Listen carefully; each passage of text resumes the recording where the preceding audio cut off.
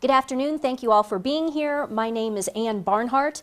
I'm not going to go through a whole lot of biographical information. In fact, I'm not going to do a whole lot of bio at all. If you or anyone out there on the internet is interested in learning about me, all you have to do is Google my name, AnnBarnhardt,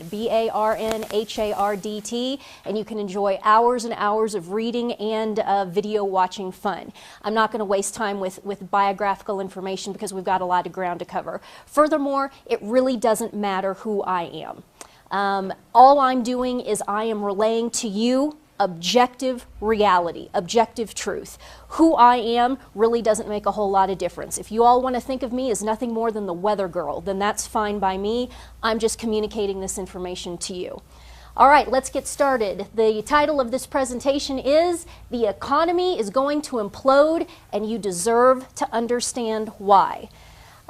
Most people out there have absolutely no idea of what is going on in the financial markets, in the economy, and they especially do not understand the scope of what's going on in the financial sector and in the economy, and the fact that we have now passed critical mass and it can no longer be saved. What I want to get out in front of people is the very basic nitty-gritty in layman's terms of what's going on so that the average American out there can understand the true gravity of the situation, and I'm also going to impart a few suggestions for what can be done to fix the situation after the collapse, after the war, and in the rebuilding phase. Because if you're watching this, chances are you are going to be in that class of people who is going to be morally tasked with rebuilding this nation and this civilization. There's some things you need to know. You need to understand how this system is broken, and you also need to understand what you're going to need to do to fix it and get it back on the right track when you come out the other side of this. For those of you out there on the internet watching, a lot of you will be saying, well, you didn't go into enough detail about this. You weren't technical enough about that. Guys, you got to understand what my objective here is. My objective here is not to dive into the absolute minutia of the MF global collapse. These people don't even understand what repos are. These people don't understand what CDS is. They don't understand any of these things. I just need to get a very basic primer in front of them so that they can understand these things. Also, do not email me and say, why didn't you talk about this? Why didn't you talk about that? Why didn't you talk about the other? In order to get just the very basics covered, we're looking at 2.5 hours, I'm estimating here, okay? Most people in this country have about a 30-second attention span, so you can see the wall that I'm up against here. If you think that there's a topic that I didn't cover that needs to be covered, God bless you. Make your own YouTube. Put it up on the internet so that everybody can see it. But I'm just going to cover what I think is the very basics in this presentation, and hopefully we'll get it under 2:30. Question: how much of your wealth is allocated as zeros and ones on computer servers? How much is physical in your possession and defensible?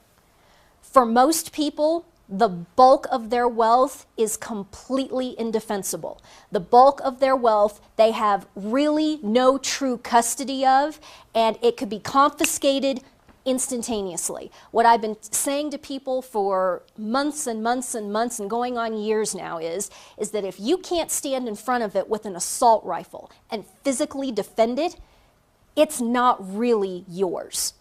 Anything sitting in any sort of an account doesn't actually exist. It doesn't exist physically. It is zeros and ones on a computer server. And you have to trust the people behind the computer servers, A, not to confiscate it, and B, to allow you to have access to it, and that it is going to have zero counterparty risk when you get it back. These are all questions that are monumentally huge. MF Global, $1.6 billion in segregated, sacrosanct customer funds, confiscated, stolen, like that, by John Corzine and his cronies at MF Global. PFG Best, Another Ponzi scheme, 225 million in customer funds, never actually existed. The whole thing was a Ponzi scheme. Me personally, I can testify to this. This is being recorded on November 2nd, 2012. A week ago today, I have declared a federal tax strike. A week ago today, the IRS levied my personal bank account. Bye-bye money, gone. It will, and I'll never see it again. Okay, so if this money is sitting in these accounts and it's just zeros and ones on a computer server, you have to understand the massive, massive risk. And people in this culture, we're so used to the rule of law, we're so used to the sacrosanct nature of our accounts that we cannot even fathom the possibility that our money could just be confiscated and taken away. You have to understand the risk that you are standing right now, every one of you. It doesn't matter how honest your brokers, wealth managers, or local bankers are. The problem is systemic, and it will touch every person on earth. I hear this all the time. I have people call me all the time and say, well, I'm all right because my broker is a great guy. I'm sure your broker is a great guy. I'm sure your banker is a great guy and wouldn't dream of stealing your money out of your account. That's not the counterparty. That's not the danger. That's not who we're talking about. We are talking about what is called the federal government. We are talking about the entire global financial system. It doesn't matter how honest your brokers are. This is why I shut down my commodity brokerage, because I knew after MF Global that I could do nothing to defend my clients and their assets that were sitting in my commodity brokerage.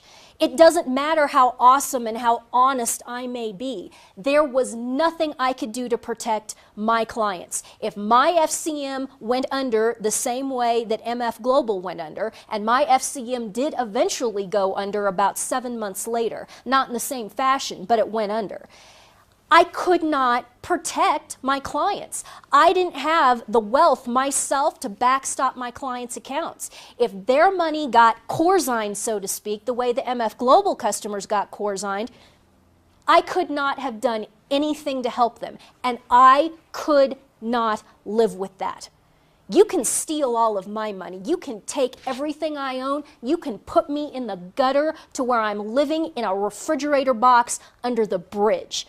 That's fine, but you're not going to take my clients' money. So I had to shut my firm down and I had to get them out. That was the only moral option for me.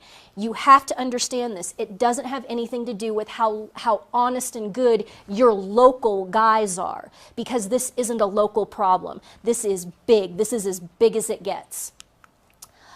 What is money? First of all, as you're watching and going through, we have the workbook available. You should have been able to download the workbook off of the link underneath the YouTube clip in the information section. So you've got your workbook hopefully at home if you want. The fellas here in the room, they all have their workbook. The way it works is on the slide, this turquoise number here is the page that I'm on in the workbook. The first 3 pages of the workbook was just very simply the going galt letter that I wrote in November of 2011 when I shut down my brokerage firm. That's just provided for you. That's the only biographical information I'll provide.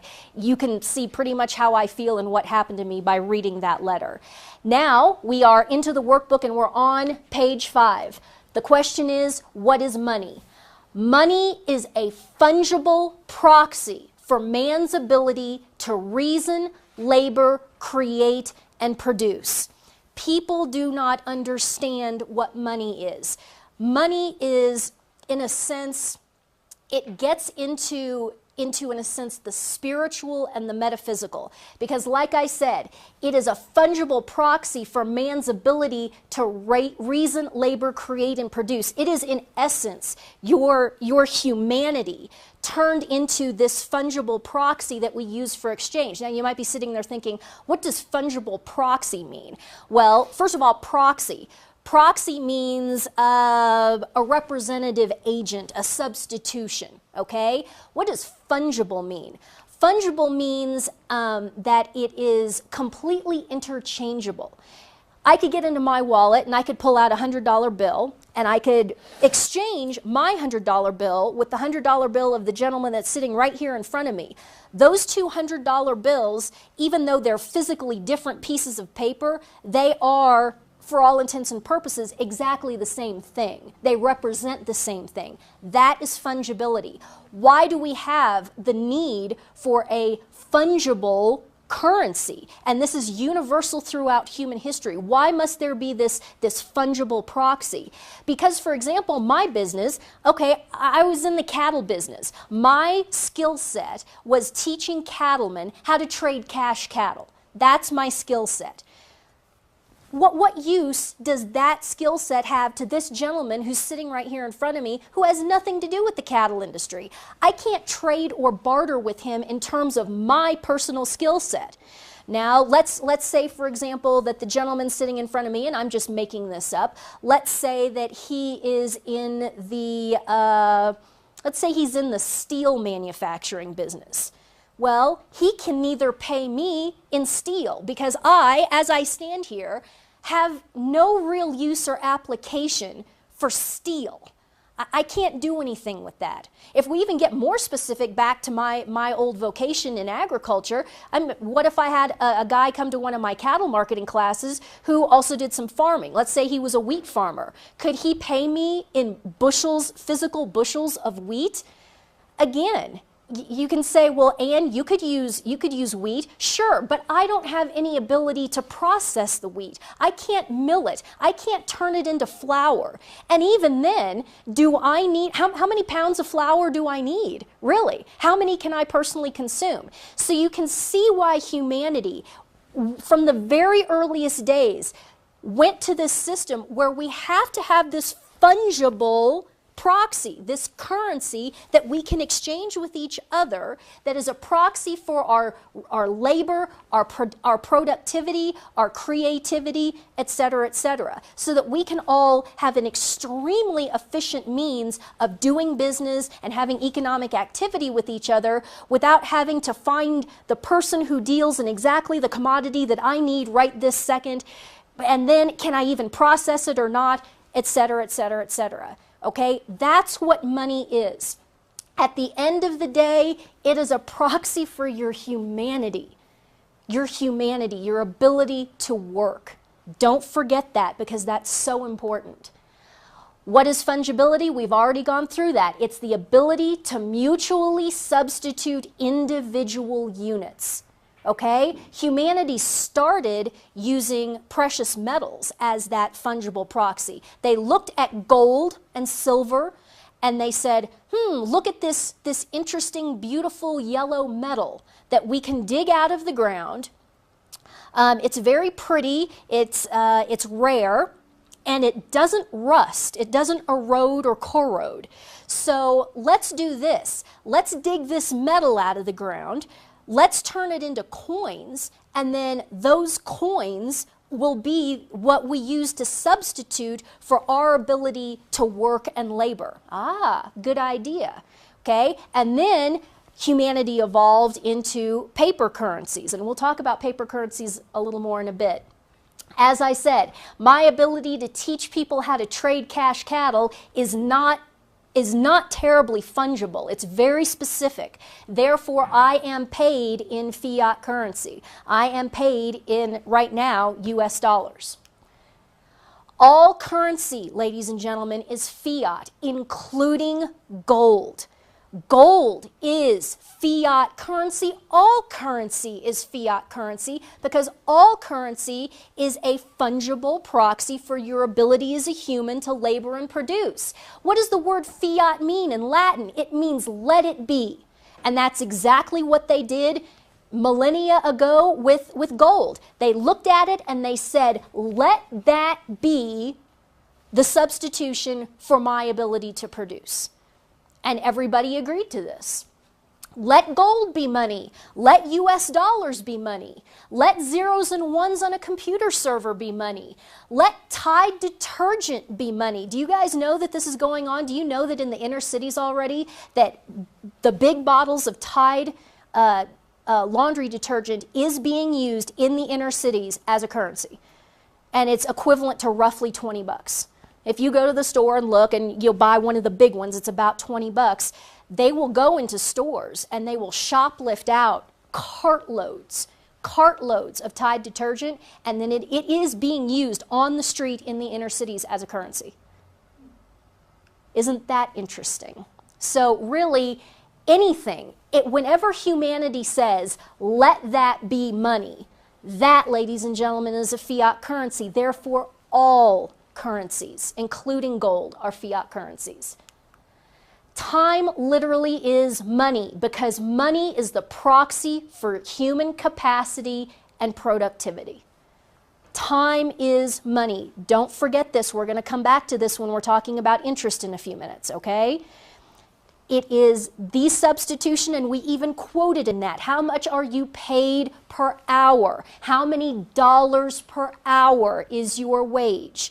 Because you have to pass through time in order to be productive, in order to do anything, okay? Just nailing all these concepts down, because they're so important, and it seems to me nobody understands any of this anymore, including the people running the Federal Reserve. Not that they aren't criminals in the first place, but you know the point I'm making.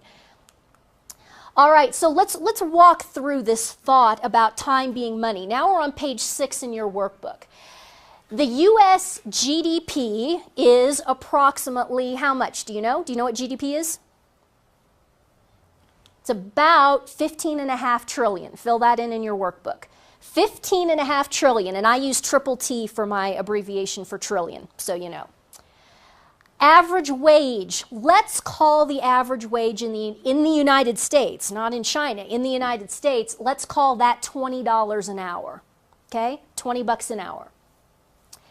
The average work year, standard work year, is 2,000 hours, okay?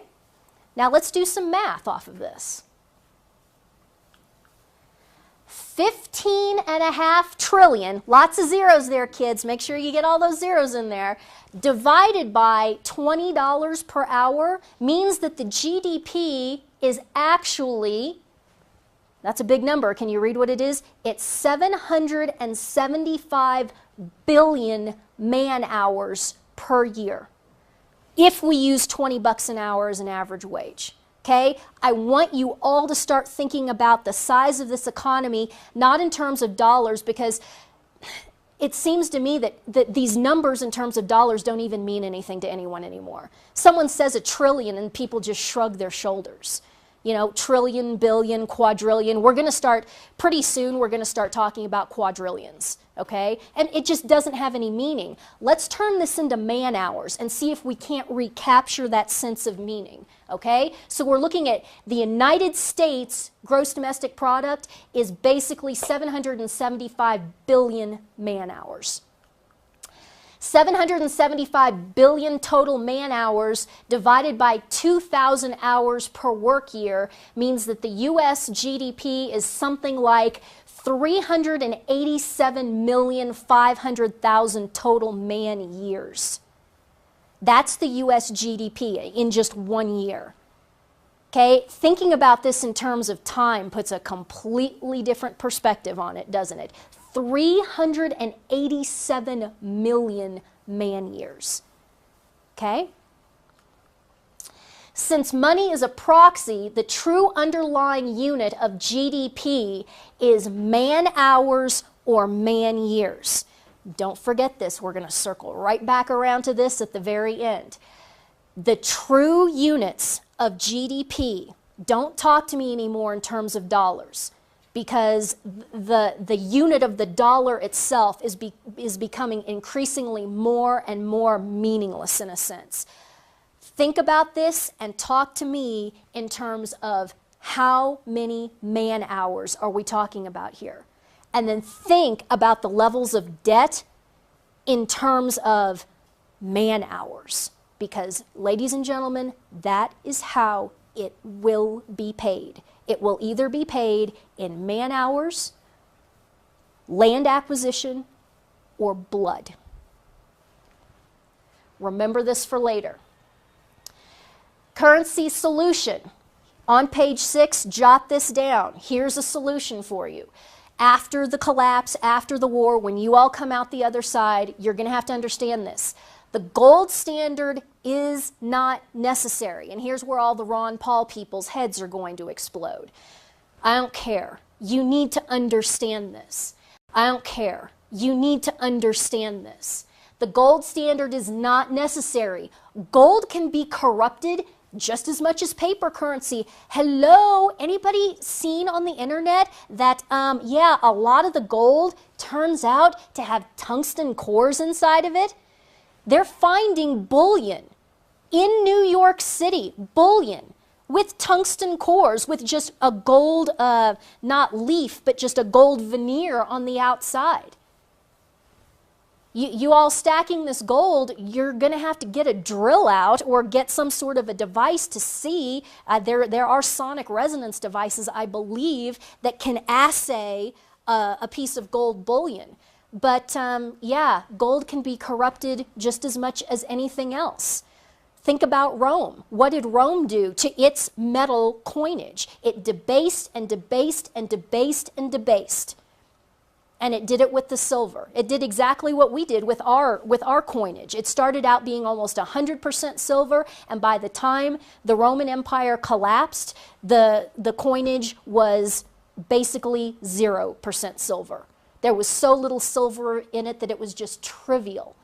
You can debase metals just like you can debase a paper currency. So get off of this notion that we have to go to the gold standard. It could help in the beginning as a step back towards integrity, but don't get fixated on it and think that that is the complete and total solution to all of the problems. It isn't. The other thing to remember about going to a gold standard is, imagine if we did that. Imagine if Obama did it tomorrow. What would they do? They would lie, and they would say, we have X number of tons of gold at the Federal Reserve or under the World Trade Center or in Fort Knox. And it would be a complete lie. There would be no way for you or anyone else to audit that. You really think the government would let anybody audit the gold inventory? You're out of your mind. And then what would the Obama regime do, or any other regime? What would they do? They would start issuing gold certificates to their friends. Ad infinitum, ad nauseum. Oh, sure, you want a gold certificate? Sure, I'll give you a gold certificate for 1,000 ounces. Here you go. And there's nothing backing it up, and there's no way to audit, and there's no way to reconcile any of it. Going to the gold standard is not going to solve this, okay? The solution, here it comes. This is probably the hardest concept in the entire presentation. The solution is a moral society. The currency problem is a problem with men's hearts, and that is the only place that it can be fixed. Oh, I don't want to hear about all that religious crap. Well, by golly, you're going to have to. You're going to have to. If you have a nation of complete moral degenerates and total lawlessness, do you honestly think that there is anything that can be done economically to fix that? No. The problem is right here. It's right here. And it's with all of these people out here. You have to fix that first. We are the gold. Remember, what did we just get through saying? What is money? It is a fungible proxy for human capacity. We are the gold. We are the money. We are the economy. And if we're all a bunch of brain-dead, moral degenerate sociopaths and psychopaths, there is nothing that anyone can do to fix that economy. The core foundational premise is men's hearts. And I don't care if you don't want to be hearing about that. You've got to hear about it. Deal with this reality. Deal with it now. The sooner you deal with it, the easier it'll be to come out the other side. If you want to fight an entire massive global war where hundreds of millions, if not billions of people die in order to learn this lesson, then by God, that's what's going to happen. But you could nip that in the bud, come to this reality now, and assuage all of that. The choice is yours. And frankly, I'm not too terribly optimistic about the whole thing, but I'm kind of a realist. Interest on money is therefore utterly essential from both a moral and an economic perspective. 0% interest, which is what we have right now, and what the criminals in Washington, D.C. have put into place, says that a man's capacity to reason, labor, create, and produce has no time value. Money is the proxy for your ability to be a human and to create and produce. So all the money that you have earned through your human activities to create and produce. Now you've got, let's say, $100,000 in your hand, and you want to loan it to somebody else. You loan it to somebody else. You let them use that money, which is a proxy for your very existence, for a year. And when it comes time, a year from now, for them to pay you back, what do they pay you back in a zero interest rate environment? They pay you back just the initial principal with no payment or compensation to you whatsoever for the time, for the productivity that could have been generated over that year to you through the use of that money, which again, the source of that money is your own humanity itself. This is insane. This is morally wrong. When you hear anybody talking about eliminating usury, eliminating interest, completely reforming the banking system so that there's no interest, these people are insane, they're evil, and what 99.9% of all of that talk is rooted in is anti-Semitism. It's anti-Semitism. You dig on that just a little bit, and you're going to find that you're dealing with people who have some rabid, pathological need to blame everything bad that happens in the world on the Jews. Sorry, I don't tolerate that crap. And that's what it is. It's crap. Interest is moral, and it is utterly essential to a properly functioning economy. An economy cannot function without interest, which is why this zero interest rate environment that we're in is destroying us. There are two overarching political systems built upon the worthlessness and hatred of the individual man. Those two political systems are Marxism and Islam. There are also two political systems that forbid interest, and those political systems are Marxism and Islam. If you think that's a coincidence, I've got a big red bridge out in California that I'll sell to you real cheap. The reason that Marxism and Islam forbid interest is because they view the individual man as nothing, as less than nothing. Even less than nothing, it's built on the hatred of the individual man. And again, what's money?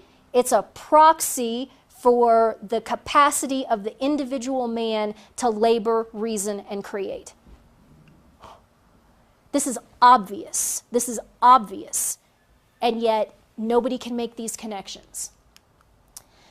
Matthew 25, the parable of the talents, break out your scripture and read it. Even if you're not a Christian, even if you're an atheist, even anybody, read it. Because this positively shoots down the entire notion that there isn't supposed to be any interest. And there's a lot of really dim-witted Christians that are falling for this right now. So it has to be corrected. Roughly speaking, in very quick terms, the parable of the talents, there are three servants, and this is a parable. It's not an actual event that happened. It's Jesus telling a story, a parable, in order to make a point. There are three servants. The first servant is given, I think, 5 talents, which is a unit of money. The second servant is given 5, and the third servant is given 1. You might want to check that. I might have the quantities off. The master leaves, and then he comes back. When he comes back, the first servant who is given 10 talents, he's gone out, he's invested the money, he's doubled the money. Okay, he's got 100% ROI. He gives the master back the original 10 in principal, and then he gives him back another 10. Great. Second servant, same deal. He takes his 5, he goes out, invests it, generates 100% ROI, gives back the master the 5 in principal plus additional 5 in profit. The third servant, very interesting. That's a servant that only got 1 talent. The third servant that only got 1 talent went and buried the thing in his backyard. And then when the master came back, he gave the master back the 1 talent principal and no return. Read what our Lord says in the scripture. You wicked servant. Thou oughtest therefore to have committed my money to the bankers, and at my coming I should have received my own with usury. It's out of the Douay Rheims translation, which is the most authoritative translation there is. The word used is usury. You should have put it in the bank at bare minimum and returned it to me with interest. This is out of the lips of Christ himself. Yes, the parable of the talents is speaking about the spiritual gifts that we are given. You are obliged to use those gifts and then return them. Of course, that is the spiritual theological aspect of the parable. However, our Lord could not, would not, and did not, and will not ever use an evil activity.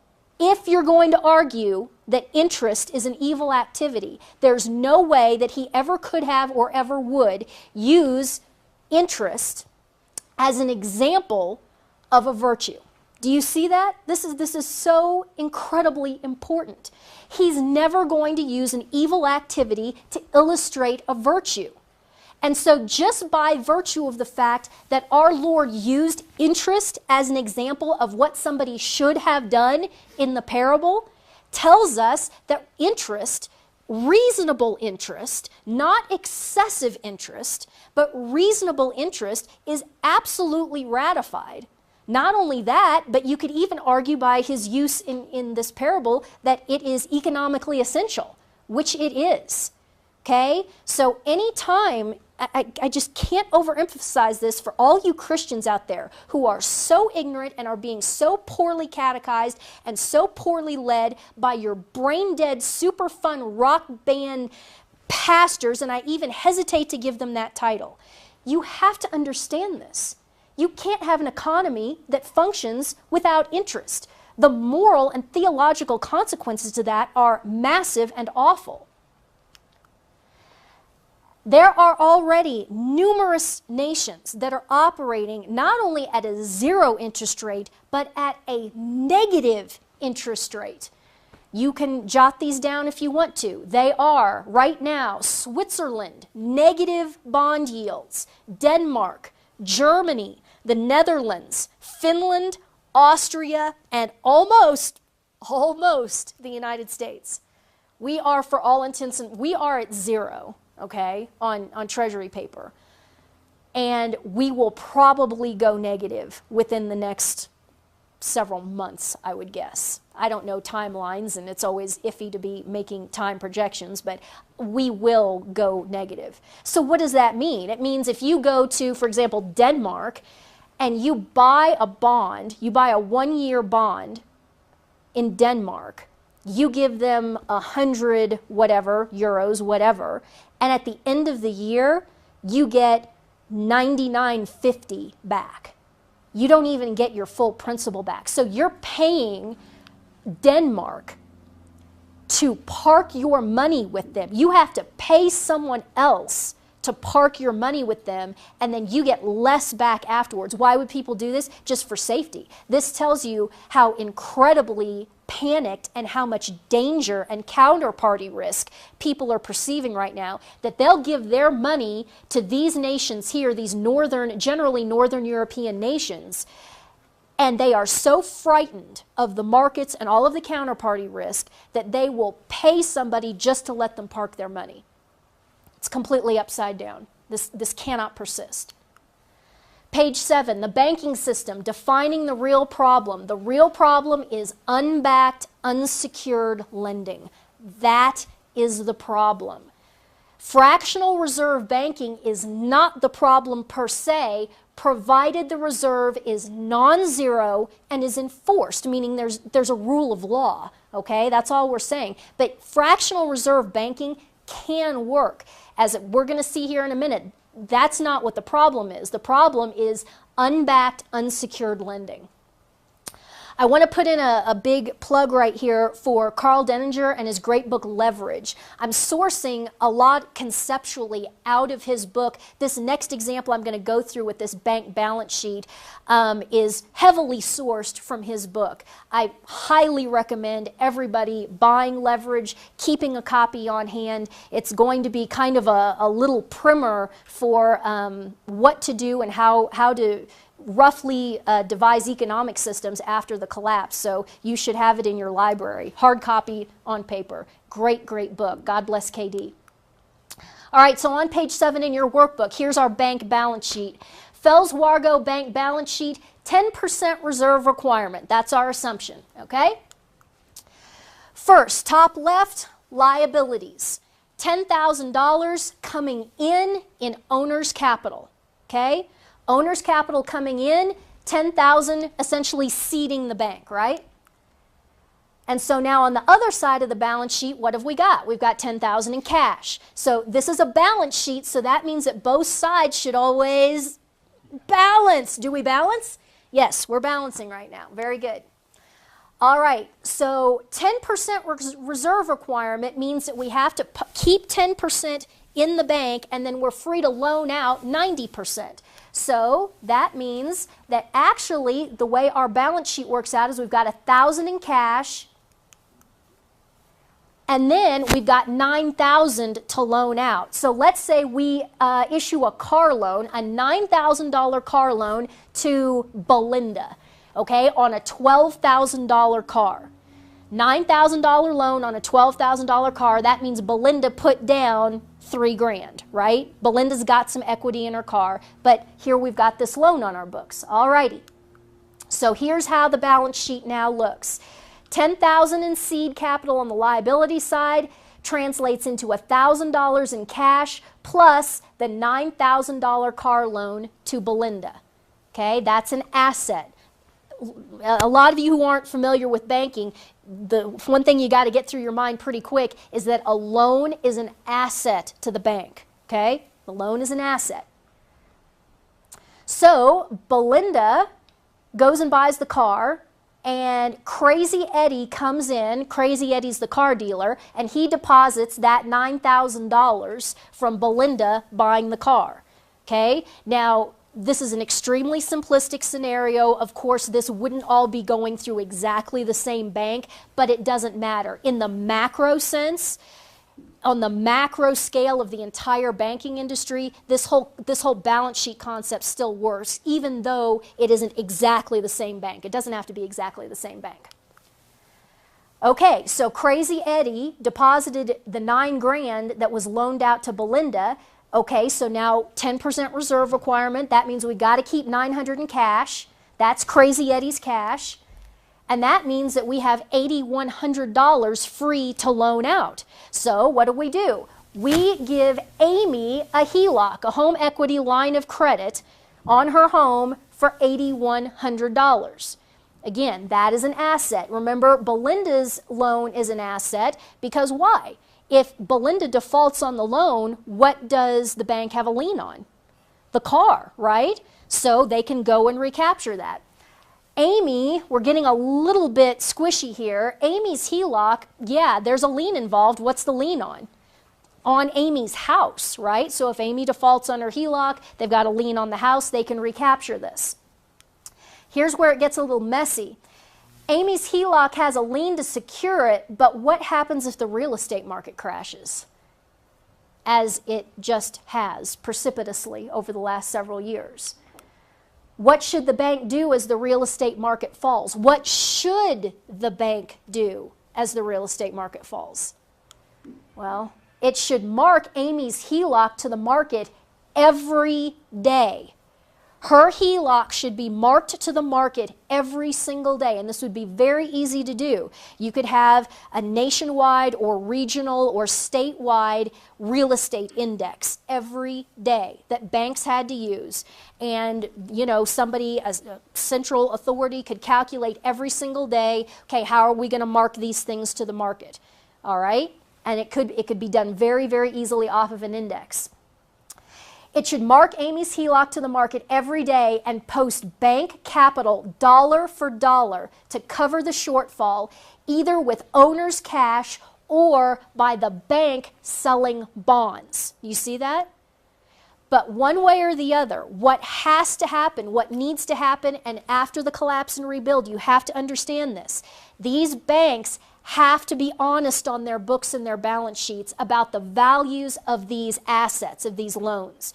And as soon as an asset loses value, there has to be money posted by the bank on the other side in order to balance it out. If you just let it be a free-for-all and the banks can just go willy-nilly and they can mark their loan assets to whatever BS they want to, you're going to have another banking collapse all over again. You have to do this in order to fix the banking system. That's to whatever BS they want to, you're going to have another banking collapse all over again. You have to do this in order to fix the banking system.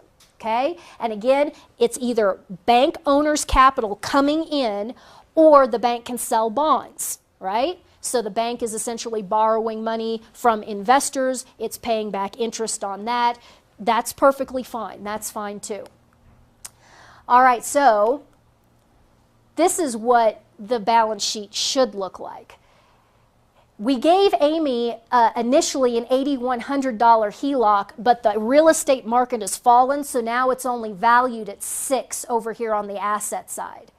And so then what does the bank do to make up the other $2,100? Owner's capital infusion needs to come in here on the other side. Okay? And then that's your $2,100 in cash, bank owner cash right there. That balances, that's correct, and that's healthy. But that's not what the banking industry does. This is good banking. There are only a relative handful of banks in the United States doing business like this. Most are small, privately held, rural banks.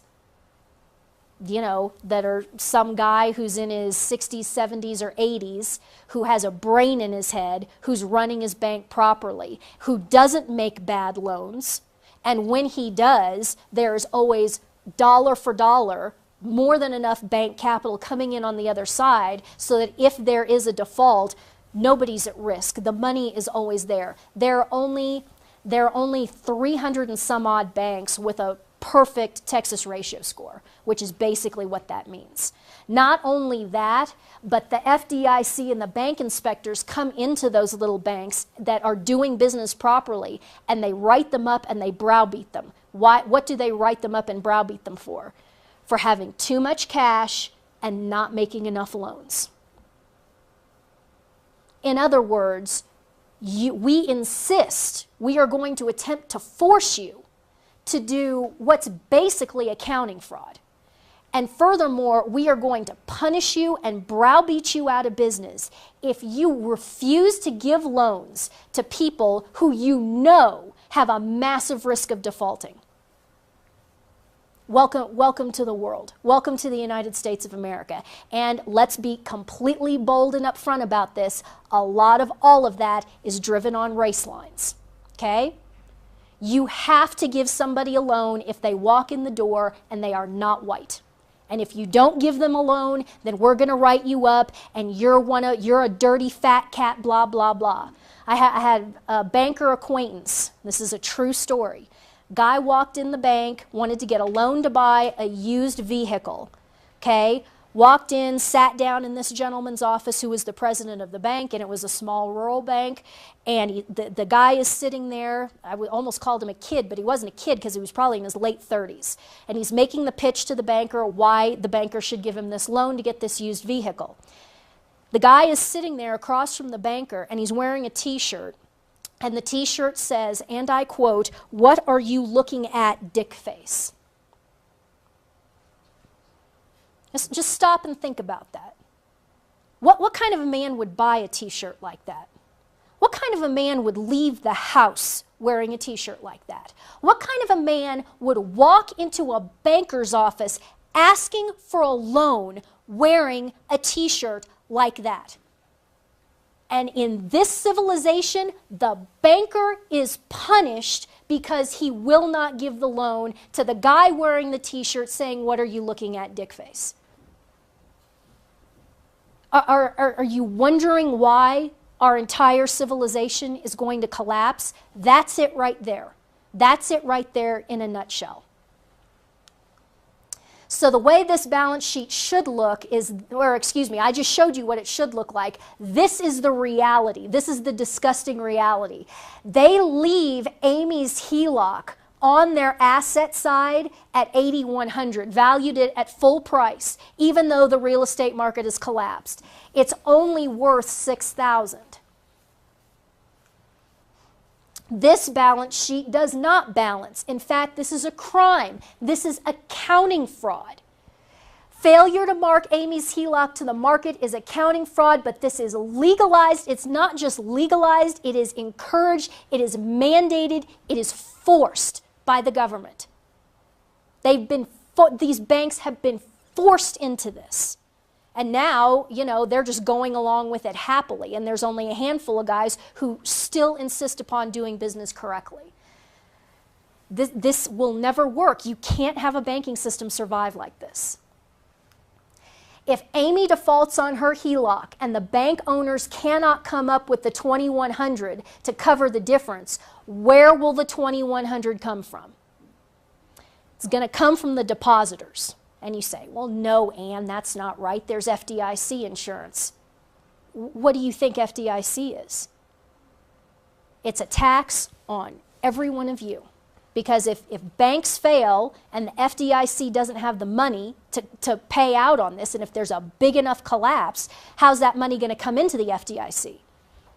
The Fed's going to print it and give it to them, which is doing what? Debasing the currency, which means it's a tax on every one of you. So the depositors will pay for it one way or another, be it directly by having their accounts swept, which will eventually happen at the very end stages of all of this. And in the interim, it'll just be via government bailout, government bailout, government bailout, which is just the Federal Reserve printing money, which is just debasing the US dollar, which is a tax on you. Okay, so Amy takes her $8,100 HELOC, and let's say, just for example, she decides to put on a deck, okay? And Lou is the deck guy. So she puts on a deck, Lou comes in and deposits the $8,100, and now here's $810 in cash in Lou's account, and the bank therefore has $7,290 that it can loan out. Now it's going to get really hairy and disgusting, because what does the bank do? It opens a credit card account for Michelle, and Michelle takes the $7,290 on her credit card and buys a luxury vacation. Okay, now before, with Amy's HELOC, we've got a lien on the house, right? At least there's a piece of physical property that can be recaptured if she defaults. Same with Belinda. Belinda's got this car. Okay, you can repo the car.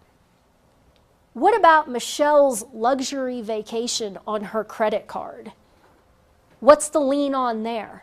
Nothing, because the luxury vacation is experiential. It's not physical. This is an unsecured, unbacked loan. It is basically a signature loan to Michelle, unbacked. This is what the entire economy is basically running on right now. This is how people are buying food. This is how people are filling up their gas tanks, and you're going to see a chart of that here in a second. Michelle's vacation on her credit card is totally unsecured. It's a promise by Michelle to pay back the loan with her future earnings.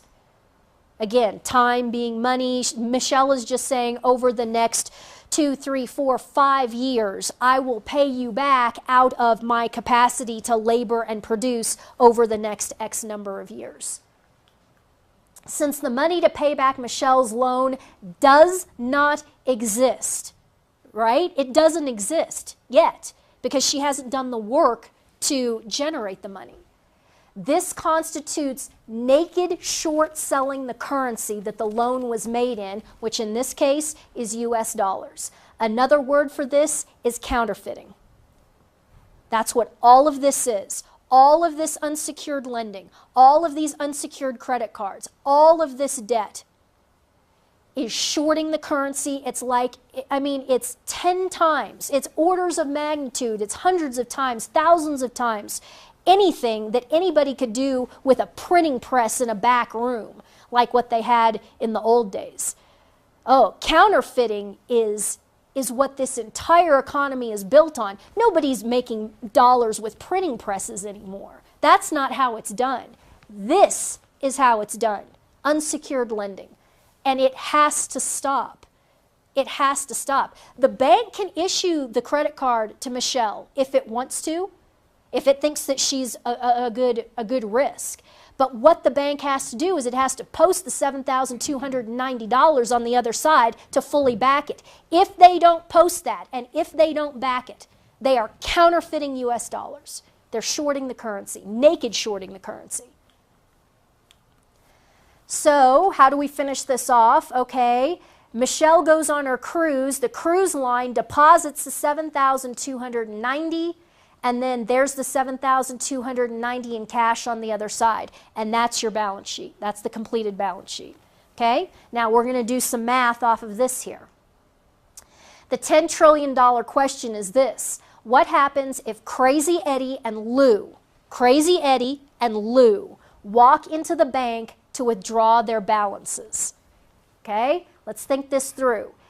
If you look on your balance sheet, Crazy Eddie's balance is $9 grand, right? Does everybody see that? Crazy Eddie, he has $9 grand. Lou has $8,100. So the total of that is $17,100. Does the bank have $17,100 if Crazy Eddie and Lou walk in the door? No, they don't. How much cash does the bank have? Again, look at your balance sheet. Start at the top on the asset side. Owner's cash sitting in the bank is $1,000. That's the reserve requirement, remember? Crazy Eddie's cash per the reserve requirement on hand is $900. Lou's cash per the reserve requirement on hand is $8,100. And then if you remember the cruise line, we stopped with the cruise line, so we didn't do a reserve requirement. We had to end it somewhere, so that's the end, was $7,290. If you total that up, look what it comes out to. It's the original 10 grand, right? That's all they have. But Crazy Eddie and Lou, they've got between them 17.1 on deposit. What happens? What is going to happen if Crazy Eddie and Lou walk in and say, give me my money? Where are they going to get the shortfall of $7,100? Well, they could sell Belinda's car loan into the secondary market. That would be possible, so they could do it that way. Could they sell Amy's HELOC? No.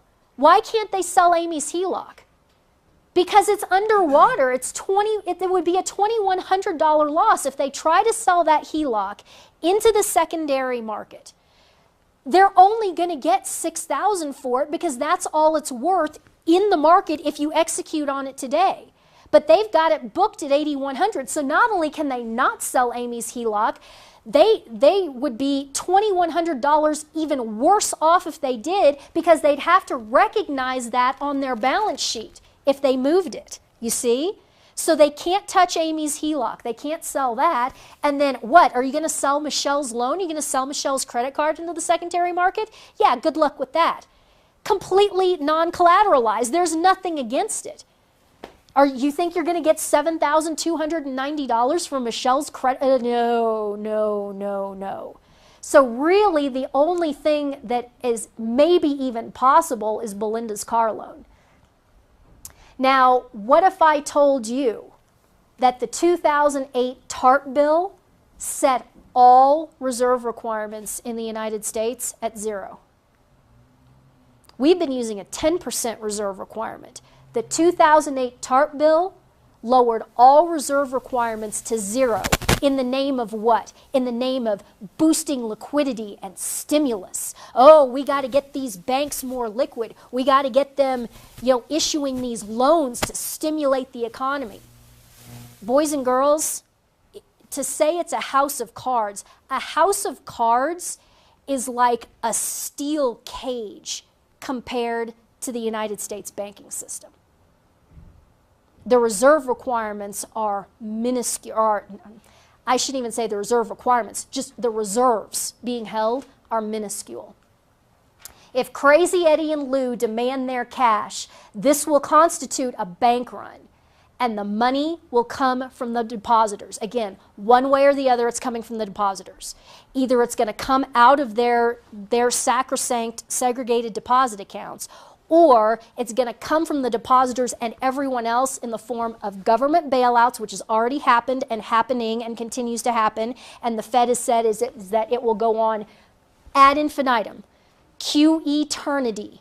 Okay, he's just going to keep buying and buying and buying treasury paper, which is going to, again, be funneled back into the banks. Okay? Well, you say, well, what about FDIC insurance? Seriously? What about FDIC insurance, huh? Well, let's see. U.S. total bank deposits today are somewhere between $8 and $10 trillion. Between 8 and 10 trillion. How much cash on hand do you think the FDIC has? Well, let's think. 8 to 10 trillion in deposits, and the FDIC has those plaques on every teller station, every drive-up little suction tube station. There's that plaque that says all deposits up to $250,000 backed by the full faith and credit of the United States government. If we've got between 8 and 10 trillion in deposits, how much do you think that the FDIC has on hand? Try 11 billion. Between 8 and 10 trillion in deposits, 11 billion in FDIC assets as of the latest numbers. And realize that a couple of years ago, the FDIC was actually in the hole. They had less than zero. What they had to do in 2000, and I believe it was 2009, is they had to collect 3 years worth of premiums in advance because they were completely insolvent and in the hole. And in order to get themselves to the point where they had any money at all, they had to collect 3 years of premiums from the banks in advance. And even with that, right now they're sitting with 11 billion. Good luck with that. So if we think about this, what if 25% of the banking capacity in the United States fails? Okay, we're looking at billions of dollars. Billions of dollars. Excuse me, trillions of dollars. See, even I get confused with these numbers. You're looking at trillions of dollars, and you've got 11 billion to cover it. Okay, so what would happen? How would they come up with the money? Bernanke would print. And by print, understand, again, we're not talking about printing with printing presses. We're talking about the Federal Reserve opening up their computer spreadsheet and just typing in 1 0 0 0 0 0 0 0 0 0 0 0 0. Enter. $1 trillion. There you go. Buy U.S. bonds.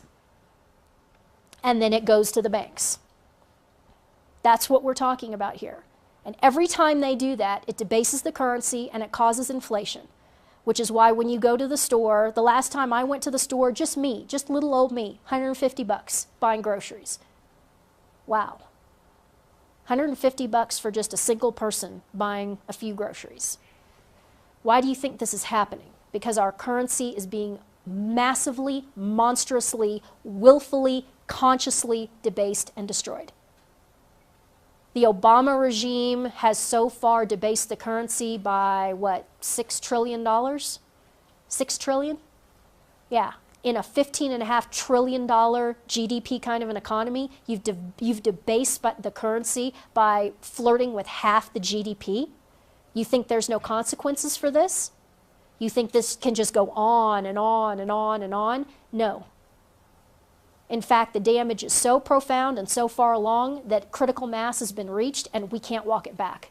There's nothing that can be done now to walk this back. When the banking system collapses, you will pay for it one way or another. The Federal Reserve will print their way out of it, thus debasing the currency, thus causing hyperinflation, thus robbing buying power from every person holding US dollars. And there will be hell to pay. The moral: moving to a sound bank is not a complete solution. You will still be exposed to hyperinflation risk if holding wealth denominated in US dollars. So you can't just say, well, I'm going to find one of those really good little rural banks with the really awesome bank president who understands all this.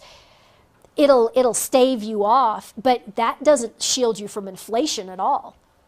Inflation is a macro systemic dynamic. Where your money is sitting in whose bank isn't going to protect you against that.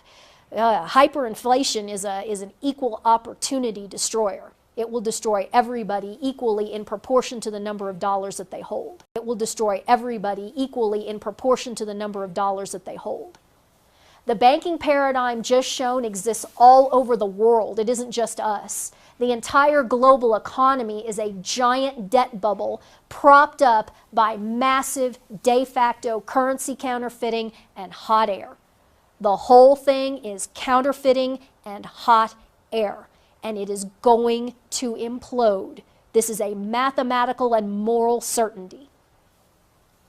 Solution: the $1 of capital, and that's Carl Denninger's term for it, the $1 of capital banking with a reasonable reserve requirement is the way to go. So banks can issue unsecured loans. They just have to post bank capital on the other side, dollar for dollar. That's why he calls it $1 of capital. And the same thing goes to being honest about marking to the market every single day all of these physical loan assets, namely in the form of real estate. That nips this whole real estate bubble dynamic in the bud if you force the banks to post the differential when the real estate market deflates. Banks must mark loan assets to the market daily and post bank capital for every dollar of shortfall and unsecured loans. And again, I'm sourcing from Denninger on that because he's 100% correct. And here's the Denninger axiom. There has not been a single 3-month period in the U.S. wherein GDP growth outpaced new debt since 1980. I'm now on page 10. In other words, the entire U.S. economy is a massive, massive debt bubble. And here we are on page 10. This is Denninger's very, very famous chart, and it is brilliant, and it says absolutely everything that you need to know. What is this? This is debt and GDP change net quarterly. The blue line is debt. The red line is GDP, okay? The x-axis is time by quarter. This is Q1 1980, and it goes over to, I think it's current to 2012, like Q2 2012, something like that. The y-axis is a little confusing, so we need to go over it. Look at what the chart title says. Debt and GDP change net quarterly, so it's not absolute. What this is every quarter is compared to the previous quarter. And if, let's say, for example, if GDP went up relative to the last quarter, the slope goes up, okay? And you're above zero, okay? So you're at a positive increase in GDP relative to the previous quarter. So it's not absolute numbers of GDP, because you can see that we're just hovering in this band right here. Every time there's a quarter above zero, that means that there was growth relative to the previous quarter. The question is, was it more growth or less growth? Okay? And then the blue line, it's the same dynamic. Every time where you have an increase, an upslope, that means that the debt increased faster than in the previous quarter, and if you're above zero, it means that there was just an absolute increase in debt. It's a little bit confusing because people are used to looking at charts that are just absolute numbers, and what this is it's charting the change quarter to quarter, okay? So stop and think about this. What this is saying is that, yeah, GDP, since this is the zero line right here, GDP has been growing most quarters. Here's a down, and it just barely went under zero. That would be a little bit of a contraction. This would be a little bit of a contraction. Here's a contraction here. Here's a big, big contraction here. That's 2008. Okay, but mostly, relative to the previous quarter, the GDP is just gently growing, okay? Gentle growth with this mess over here. Look what the debt is doing at the same time, and this is overall debt. The debt increase is always above the GDP increase. There's a tiny quarter right here, and then you have to get over into there before you have any instances where the debt growth was not in excess of the GDP growth. That right there tells you we've got a problem, okay? If you want to have any conversation about delevering at all, what does that mean? That means that the blue line has to be beneath the red line. That is delevering.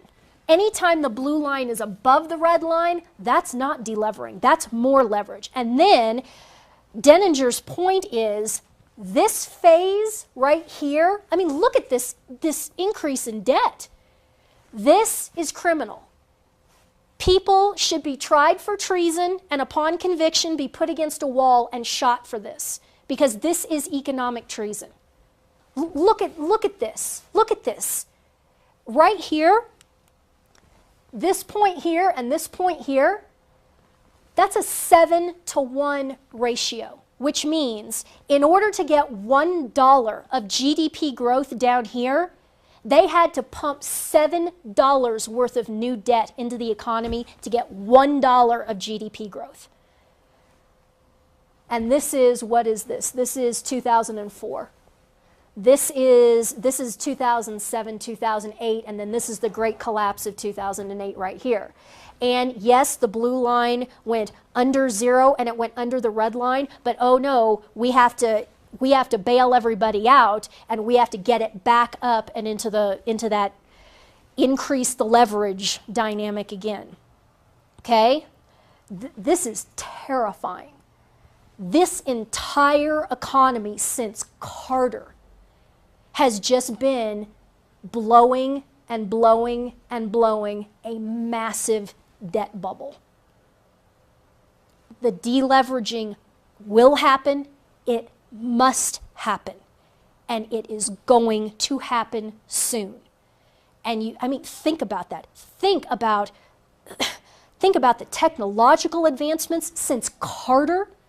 Think about all of the things that have been added to the economy, and then ponder what that deleverage is going to look like and what's going to happen. We're talking about civilizational consequences here, existential civilizational consequences, because this will have to be deflated. It will happen. The universe will not allow that to go uninflated. All the computers, the advent of the internet is right here, okay? And one could argue that is kind of the beginning of when the big explosion started to come. Sure, you could make that argument. Historians will parse through all of this and will be writing about all of this for centuries, if not millennia to come, about what has happened here and this bubble. It's terrifying. All right, so now that we understand that, let's go through the debt cycle so that the layman out there watching can understand what exactly is going on. Okay, we're on page 11 in your book, and I've got everything color-coded, so you guys in the audience might have to help me with the colors. You start at the top, in that top rectangle. Step 1 of the debt cycle is Spain sells sovereign bonds at 6%. Okay, here we are, we're Spain. We are going to sell sovereign paper. We're going to offer it at 6%. But Ann, the United States is at 0. Yeah, I know. Spain is a hot mess. That's why they have to pay 6% on their paper. Okay? So, arrow down, and then on the green box, kind of on the right-hand side of your paper, here's the next step. Other broke nations, banks, and investment firms borrow money at or near 0%, like say, for example, if you're a broker-dealer in the United States, like MF Global, you go to the discount window at the Fed, you borrow money from the Fed at 0%, and then what do? You turn around and buy Spanish bonds at 6 with the money that you just borrowed with the Fed. What's the spread there? How many basis points?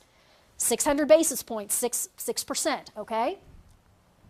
All right, now in the blue box, kind of on the left-hand side of your book, European Central Bank prints euros and buys sovereign bonds directly in unlimited quantity. That's the Draghi proclamation of September 6, 2012. The European Central Bank, they aren't even being coy about it anymore. They're not just printing euros, giving the euros to the banks and then letting it trickle into the sovereign paper market through banks. He's not even being cute about it anymore. The European Central Bank is now buying euros and buying sovereign bonds from these European nations directly. I cannot even begin to tell you how bad that is. That is the incestuous and the fundamental catastrophic disorder with that can't even be described, to have a central bank buying the sovereign paper directly. Okay, next square down, which I believe is purple. As Spain sells more and more bonds, which is issuing debt, the Spanish debt to GDP ratio rises. Okay, if you've got this nation that's a hot mess to start with, and they keep blowing their debt bubble, and their debt to GDP ratio just keeps going up and up and up, as the market looks at that sovereign nation, in this case Spain, what is the market's perception? Is that better or worse? It's worse. So if it's worse, what does that do to the interest rate? It pushes it up even more, okay? So you see it's this cannibalistic eating your own tail dynamic. The more debt you blow, the higher your interest rate goes, okay? Next step, turquoise, I believe, as Spain's debt to GDP rises, the economy weakens.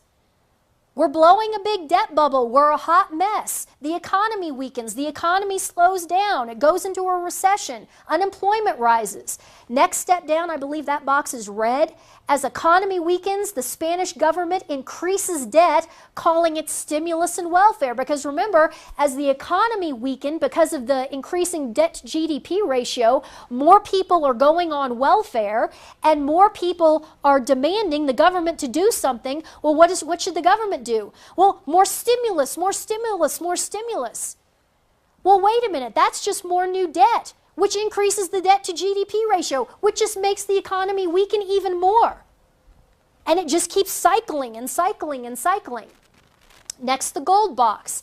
As Spain's economy weakens further, customers start defaulting on loans because people are losing their jobs. We're in a recession.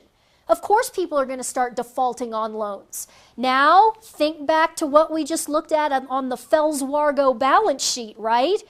Amy defaulting on her HELOC, Michelle defaulting on her credit card. Secured loans, such as real estate, are booked as being worth far more than they actually are, and unsecured loans are unsalvageable. The entire banking system is revealed to be insolvent. Bank runs begin. This is going on. This is already happening in Greece, in Spain, and to some extent it's been happening in Italy as well. Okay, the poop is hitting the fan in the beginning phases in Europe, and that's what's coming here. Next, the green box. Systemic risk increases, thus raising interest rates in Spain. If there are bank runs going on and banks are failing left and right, what does that do to the interest rate market? Well, if I'm going to do this, if I'm going to give you my money, bank, I better be making a lot more than 0% on it in order to take on that risk. Interest rates and risk are positively correlated in a normal economic environment. As interest rates increase, Spain needs to borrow more money to service its sovereign debt and to bail out banks. Okay, not only do they have to borrow more money just to pay the interest on the debt that they already have. Does anybody here in the room remember that in the early 80s, coming off of Carter, when people would literally have to go and take out loans just to make the interest payment on another loan? Borrowing money just to make the interest payment? Yeah. And so blowing the debt bubble even more, and then it has to bail out the banks because the banks are failing, right? So what does Spain have to do? It has to borrow more money from the European Central Bank in order to bail out its banks. This just keeps going and feeding on itself and feeding on itself. They're not helping anything over in Europe. They're just making it worse and worse and worse. Why are they doing this? Because they're a bunch of political whores who will do anything to maintain their position of power. Anything. Number two, a lot of them are imbeciles and do not understand even this simple logical progression. I cannot overemphasize this. Stupid people are running the world. Okay, this whole politically correct thing has been one big culture of let's elevate people who are stupid into positions of massive power to prove how morally superior we are. Guys, this has got to stop. Intelligent people have got to reassert their primacy in the arena of ideas and governance. Oh my gosh, I can't believe she just said that. That sounds so racist. I don't give a crap. Smart people should be running things. Stupid people should not. This isn't unchristian. This is truth.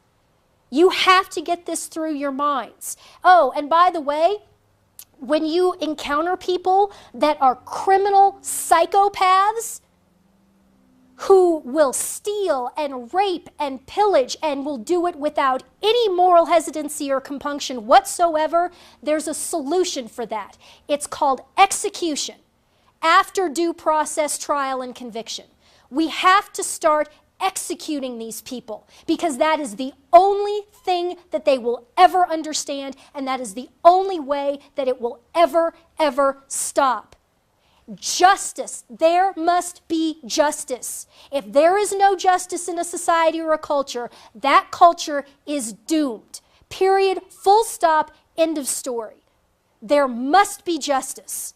And that means for some of these people, execution. At the head of that list for me right now is, needless to say, John Corzine, who stole $1.6 billion worth of customer segregated funds and has contributed to economic consequences all over the world. Destruction of the markets themselves. If I walked into a liquor store and turned it over for $50, I would spend 10 years in prison. If John Corzine steals $1.6 billion, he should be put against a wall and shot for the good of humanity and also for his own good. Because if he is not punished, he will never repent. He will never repent. If all he sees is living the rest of his life in a villa in the south of France on the Riviera as the consequence of his crime, is he ever going to get on his knees and beg God for forgiveness? The answer is no. So if you're a Christian and you're really thinking about the ends, the true ends of these men, it's either heaven or hell. Do I want John Corzine to go to hell? Believe it or not, no, I don't. I don't want John Corzine to burn in hell for all eternity. But it seems to me that the only way that a man like that, who is so morally far gone, could ever get on his knees and feel any sense of repentance at all is if he was faced with his own morality in the context of an imminent execution. Can you deal with this? Or do you just want to go through the rest of your life doing this nicey nice crap? Well, we got to be nice to everybody.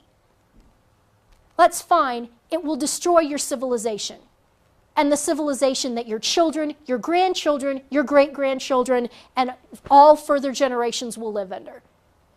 You want to be nice, you want to be well-liked and well-loved, and you don't want to talk about unpleasant things, that's fine, but you are consigning your progeny to hell in order to have that benefit. What a disgusting, self-centered trade-off. And so we loop it back up to the beginning, and we start all over again, because where did we end with? Spain needs to borrow more money to service its sovereign debt. It needs to borrow more money. And so we're back up to the very beginning. Spain issues debt. Okay? It's a snake eating its own tail. Exactly the same thing is happening in the U.S. with the U.S. Treasury paper being bought by the Federal Reserve as the U.S. government runs up massive debt and bails out banks. When U.S. interest rates uptick, the last vestiges of the now dead republic will implode. This is a mathematical inevitability. Obama alone, and it isn't just Obama. Don't get me wrong. I'm not some George W. Bush fangirl standing here. No way. No way. But the damage that Obama has done, that regime has done, is so massive, and it was consciously done. It's called the Cloward-Piven strategy. It was done with malice aforethought. And it was consciously done. It's called the Cloward-Piven strategy. It was done with malice aforethought. The damage that that has done, and the amount of debt, of new debt, and that, remember guys, that debt was issued in basically a zero interest rate environment. So that's your starting point. 0% interest. If there is any uptick in interest rates, if the Federal Reserve basically loses its grip on the markets, and that the actual interest rate market is allowed to emerge in the United States, just having the interest rate uptick from 0% to 3%, which 3% was historically extremely low, just going from 0 to 3, that will mathematically implode the entire system. Just that. We are so painted into a corner with so much debt issued in a zero interest rate environment that any uptick in interest rates will destroy, I mean, we're talking civilizational collapse type destruction. And like I said, it is a mathematical inevitability. Are you going to make the argument that interest rates are going to stay at zero forever? Forever. Because that's what would have to happen. This is the largest financial crime in human history. That's the understatement of the day right there. This is the largest wealth transfer ever seen by many orders of magnitude. You can look back for some historical analogs. You can try to make analogs to Rome and so forth, but I mean, in terms of scope, there is no comparison. Now on page 12, the wealth transfer in the European context. What's happening in Europe is Germany and other northern European nations who are on better financial footing. They're not on good footing, but they're at least better than the southern European countries. Okay? The northern European nations are suffering a debased euro from the European Central Bank printing, while Spain and the other southern European nations have their currency effectively propped up. See, there's a euro, the euro currency in Europe now. It's not the Spanish currency and the Deutschmark and the French franc and all of these different currencies with all of these different exchange rates. What these jackals did was they put in place the euro currency so that everybody is using the same currency. So what that means is that Germany should have, right now, if there was a Deutschmark, Germany should have a relatively strong Deutschmark. Spain should have a relatively weak peseta. And instead, they both have exactly the same euro with exactly the same buying power. So if you think about it, what that means is that the buying power of the German people is being transferred, is being confiscated and forcibly transferred to the people of Spain and Italy and Portugal and Greece and so on and so forth. You see that? You're robbing from Germany in order to bail out Spain. What happened the last time we tried to do that? This constitutes a massive transfer of wealth from Germany to Spain. What happened the last time Germany was forced to transfer its wealth to the rest of Europe? It was called the Treaty of Versailles. It was signed after World War I. Germany, as the aggressors in World War I, were made to pay reparations to the rest of Europe, in a sense, for World War I. The problem was that the terms of the Treaty of Versailles, paying those reparations, were so extreme that it just bled Germany to death. You say, well, they had it coming for World War I. Yeah, but we've got to think beyond this, because if you destroy these people's economy and there opens up a power vacuum, and there's hyperinflation, and people are angry, and people are desperate, and people are in absolute poverty, what does that enable to happen? It allows the ascendancy of some truly, truly nefarious characters. In fact, one of the most nefarious characters in all of human history. That is how Hitler came to power, is through this confiscation of wealth out of Germany and into the rest of Europe. The Treaty of Versailles was reparations for German aggression in World War I. This time, Germany is being punished just for having a stronger economy. I mean, with this dynamic, you could say, yeah, well, World War I, come on, guys, you got to make good on that. There isn't even anything like that going on right now. It's just, Germany, you suck because you have a stronger economic system than the fools in Spain and the fools in Italy. And so we're just going to punish you for, in effect, being better. Guys, this is extremely real and extremely dangerous. There are neo-Nazi factions coming to power as we speak in Europe, especially in Greece. The neo-Nazi party in Greece holds a non-trivial percentage of the Greek parliament right now. And these movements are rising all over Europe. You cannot do this. And this also applies somewhat to the United States. Obama the man isn't who I fear, because Obama the man is a slack-jawed, mouth-breathing, drug-addled, sodomite imbecile. I don't fear Obama the man. What everybody needs to watch out for is whoever comes up behind him. Oh, be careful. Oh, be so careful. You have to be so careful with these people who come up out of economic collapse and ruin, because that's your dictator right there. In the U.S. context of wealth transfer, on page 13, right now the Federal Reserve prints money to bail out criminal banks who are engaging in massive accounting fraud with the government's full knowledge and encouragement, as we talked about earlier. The Fed also subsidizes with printing profligate government spending. Much of it is fraud, like Solyndra, okay? All of these solar outfits, every single one of them, they have nothing to do with energy. They have nothing to do with the environment or anything green. These are scam, shell companies set up by political cronies of this oligarch class. And all of this money going into these solar and so-called green companies is nothing more than the looting of the United States Treasury by the oligarch class. Solyndra never had any intention of producing anything. None of these companies ever had any intention of producing anything. And the proof is in the pudding. Take Solyndra, for example.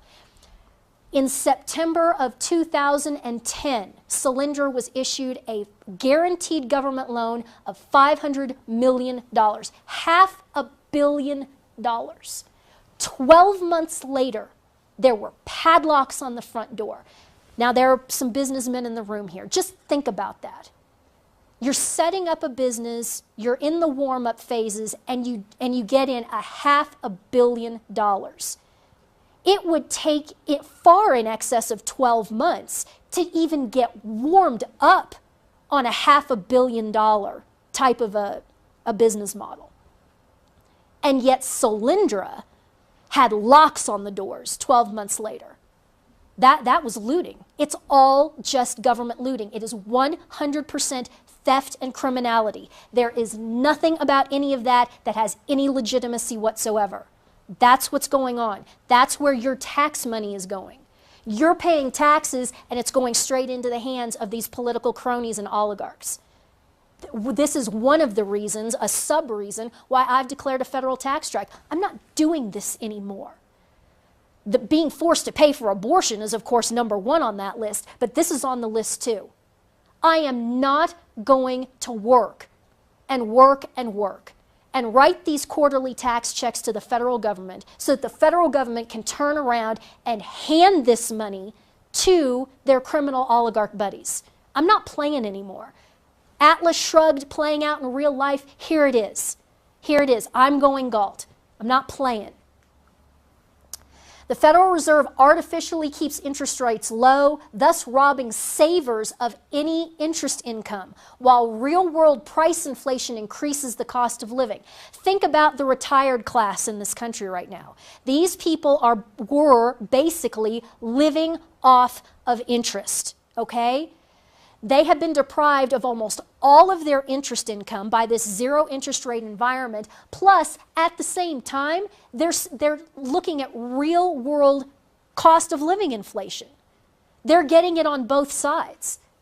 This is a massive transfer of wealth from the middle class to the oligarch class, i.e. mega banks, politically connected corporations, and almost all politicians. And to a lesser temporary extent, the underclass. But the underclass dynamic, the Obama phones and the welfare, that is very, very temporary. That is just an end, that is just a means to the end. This is classic textbook historical Marxism. Okay, you gin up revolution amongst the underclass, you bribe them and pay them off and get them to give you power in a democratic way by giving them free crap. And then once they no longer serve any purpose, what happens to the underclass? What happened to the underclass under Lenin? What happened to the underclass under Mao? They were murdered, and they were murdered by the tens of millions. So you stand up here and say, well, I'm some elitist and I don't care about the little guy. Are you out of your mind? I love the underclass. They are being set up for a genocide, a Holocaust, an economic genocide. They are being lined up like lambs to the slaughter, just exactly like the proletariat under Lenin and Stalin, and just exactly like the Chinese peasants under Mao, who were murdered by the tens of millions. Do I think I'm more intelligent than they are? Yes, I do. And that's why I have the responsibility to fight this and try to notify them. Yeah, does Pookie in the inner city have any idea what he's being set up for? No. Does that Obama phone lady have any idea what she's being set up for? No, she doesn't. And it is the moral responsibility of people like me and you who understand this and have the intelligence to comprehend this and have the historical knowledge to recognize these patterns playing out all over again. It is our moral responsibility to step into the breach and to stand in front of those people and defend them. You want to call me arrogant because I acknowledge the fact that I'm more intelligent than the Obama phone lady? That's fine. Call me arrogant all day long. But don't you dare say that I didn't step in the breach. And as much as I despise that woman's lifestyle, she doesn't deserve a bullet in the head. And that's what's coming from this government to people like her, over my dead body. Some combination of default, secession, and war is how this is going to play out. That is the solution. Some combination of default, secession, and war in the United States. Secession movements are already moving throughout Europe. And how can you blame them?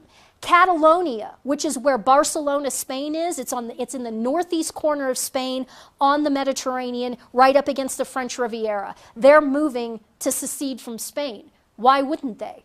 The Basque, which is the north central region of Spain, right there on the Pyrenees Mountains. Now, granted, the Basque have wanted to secede ever since time immemorial, but now they're really, really getting momentum to get out of Spain. Flemish Belgium, not the French-speaking part, but the Flemish-speaking part of Belgium. They're moving to secede.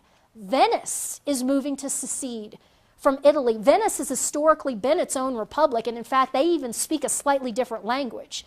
They don't speak pure Italian in Venice. They even have their own language. They are looking to secede from Italy, to get away from this poison. Scotland is looking to secede from the UK. Can you blame any of these groups? No, you can't. They're looking for self-preservation. They're looking to get away from these poisoned central banks and central governments. And the corollary to that is, yes, indeed, the United States may balkanize. You bet it could. Could I see a Texas leaving if it got bad enough? Yes, I sure could. And if Texas leaves, you know Oklahoma's going to go with them. You know a bunch of other people are going to go with Texas. Wyoming, I could see a Wyoming seceding. Now, is this a good thing? No, it isn't, because one of the most important tactical advantages we have in the United States is the landmass with these two enormous oceans on either side. And if the United States does balkanize, all you need to do is look at an electoral map to figure out what's going to happen. The communists, these neo-Stalinist idiots, are concentrated on the seaboards. Okay? The halfway intelligent people, constitutionalists, let's call them, are concentrated more or less in the center of the landmass. If the United States balkanizes, the neo-Stalinists are going to have the seaports.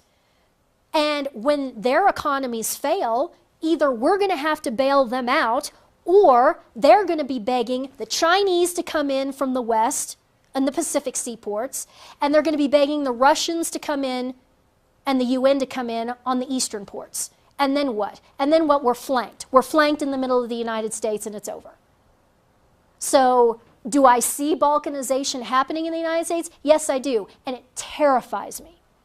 It absolutely terrifies me. You know, I've learned to see the Civil War in a more illuminated way over the last several years, but I will give Lincoln this.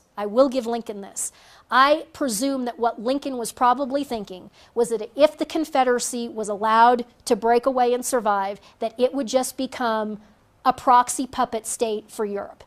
And he said, we can't have this. We can't have the French or the English or any of these other European concerns basically running the southern half of this continent through the Confederacy. And I think that was probably one of the main reasons in his mind why he was thinking that the Union had to be maintained, because of the literal tactical look at the map. This is not going to be good. This is going to be a disaster if we allow this thing to break apart.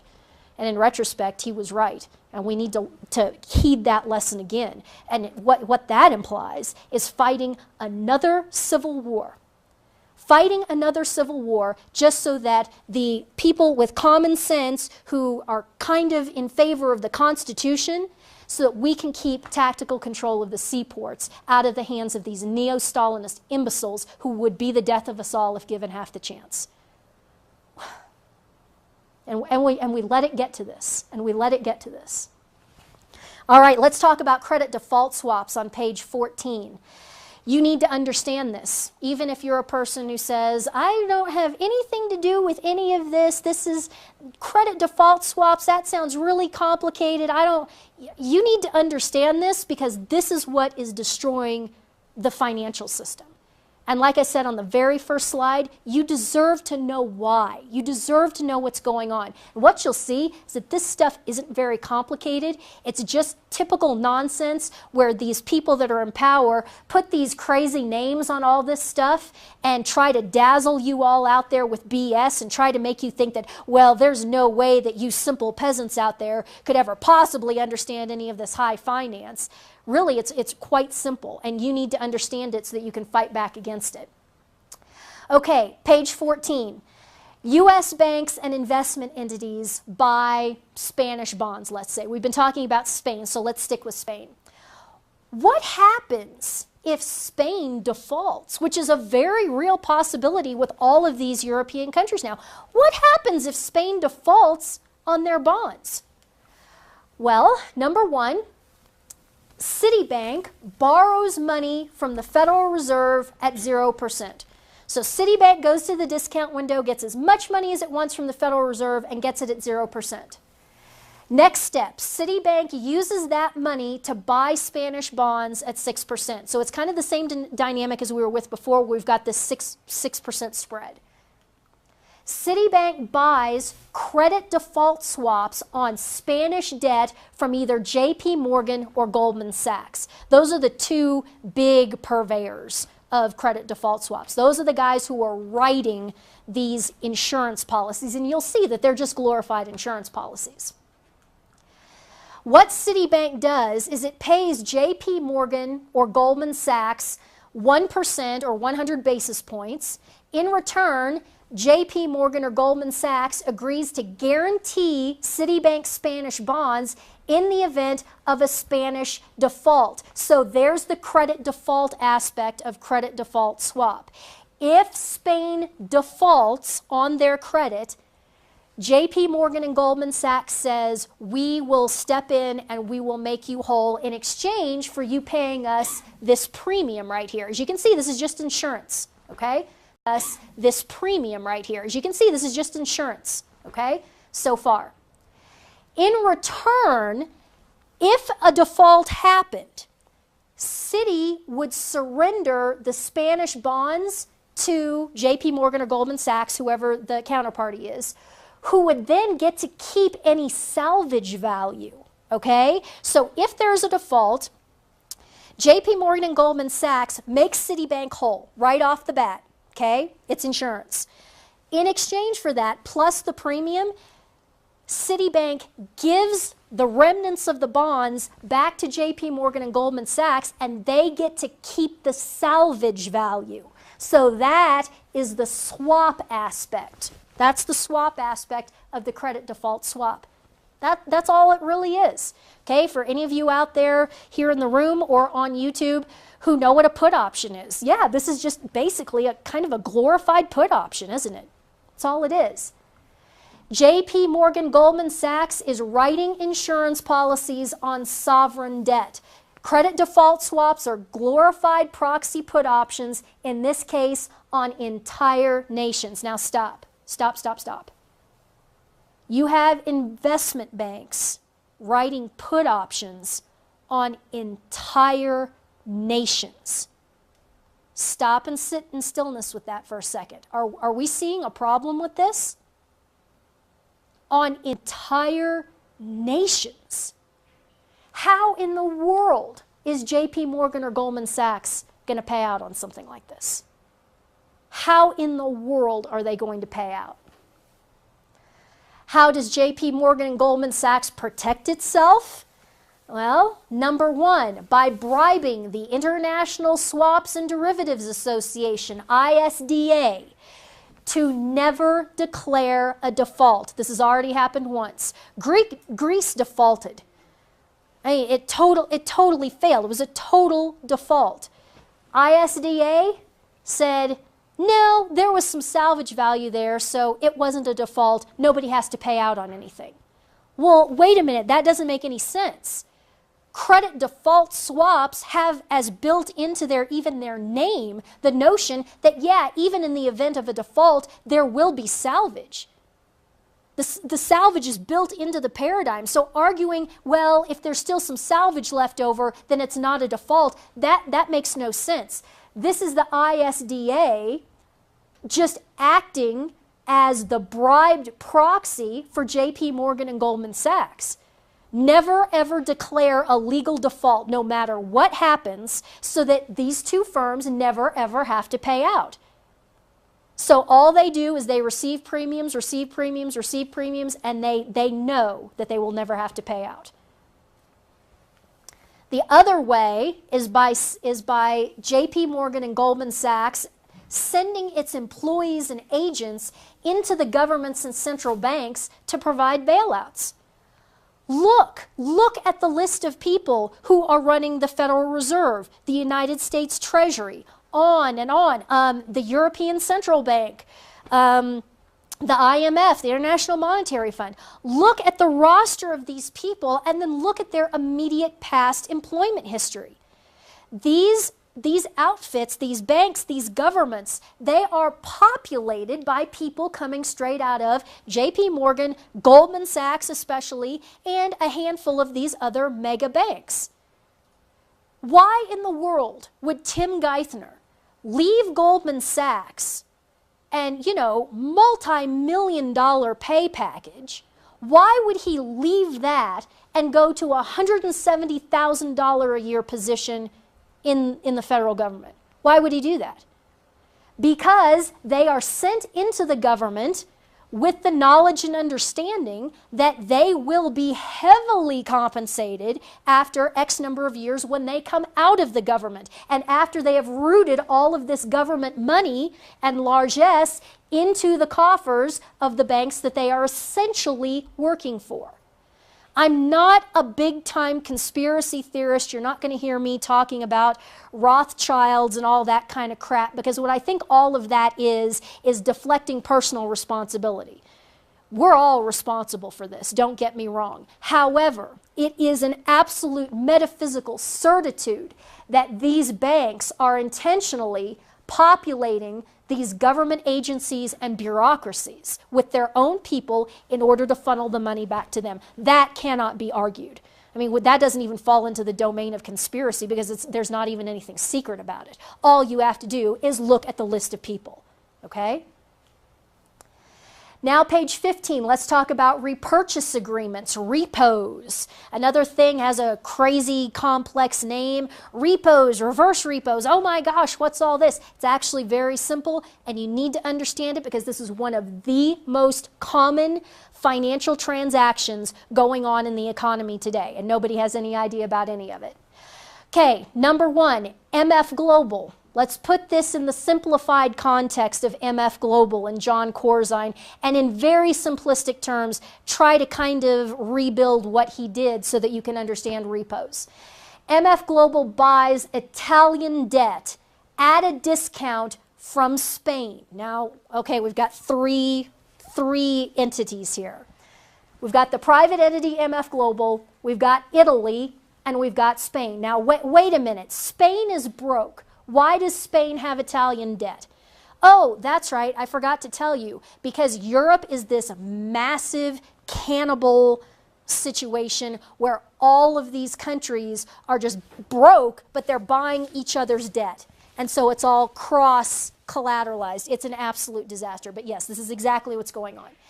MF Global buys Italian debt at a discount from Spain. Why? Because Spain needs the cash now to stop bank runs and keep welfare flowing. Okay? So Spain needs cash. So we've got some Italian paper, okay, or MF Global. Here you go. We're going to sell it to you, and we're going to sell it to you at a discount. Yes, Europe is a massive incestuous scam of broke nations buying each other's worthless junk bonds with money printed by the European Central Bank. That's exactly correct. That's the entire situation. Spain agrees up front, right up front, to buy back, repurchase, hence repurchase agreement. It's Italian bonds at full price from MF Global at a fixed date in the future. So let's look at it from MF Global's perspective. They are buying the Italian paper from Spain at a discount, and immediately Spain says, I will commit to you via a forward contract to buy it back 6 months from now, a year from now, whatever the term is, to buy it back from you at full price. So MF Global has both legs of the transaction. They've got the actual buy now in real time at a discount, so buy low, right? They also have the forward sell contract at full price, so sell high. Buy low, sell high. They've got both of the legs locked in. Okay? So what Spain is doing is called a repo, a repurchase agreement, because Spain is the one who's repurchasing. Reverse repo is not crazy difficult. All a reverse repo is it's the other side. MF Global, what they're doing is a reverse repo. So don't think that reverse repo is some completely different, extra complicated situation. No, it's just the other side of the coin. So Spain is doing a repo. MF Global has done a reverse repo because they're on the other side. What repurchase agreements are, and I have to credit Warren Pollock on this because this is his analogy and it's very, very good. Repos are basically like a parking garage, okay? So MF Global has rented a bunch of spaces in a parking garage, and people bring their cars to this parking garage.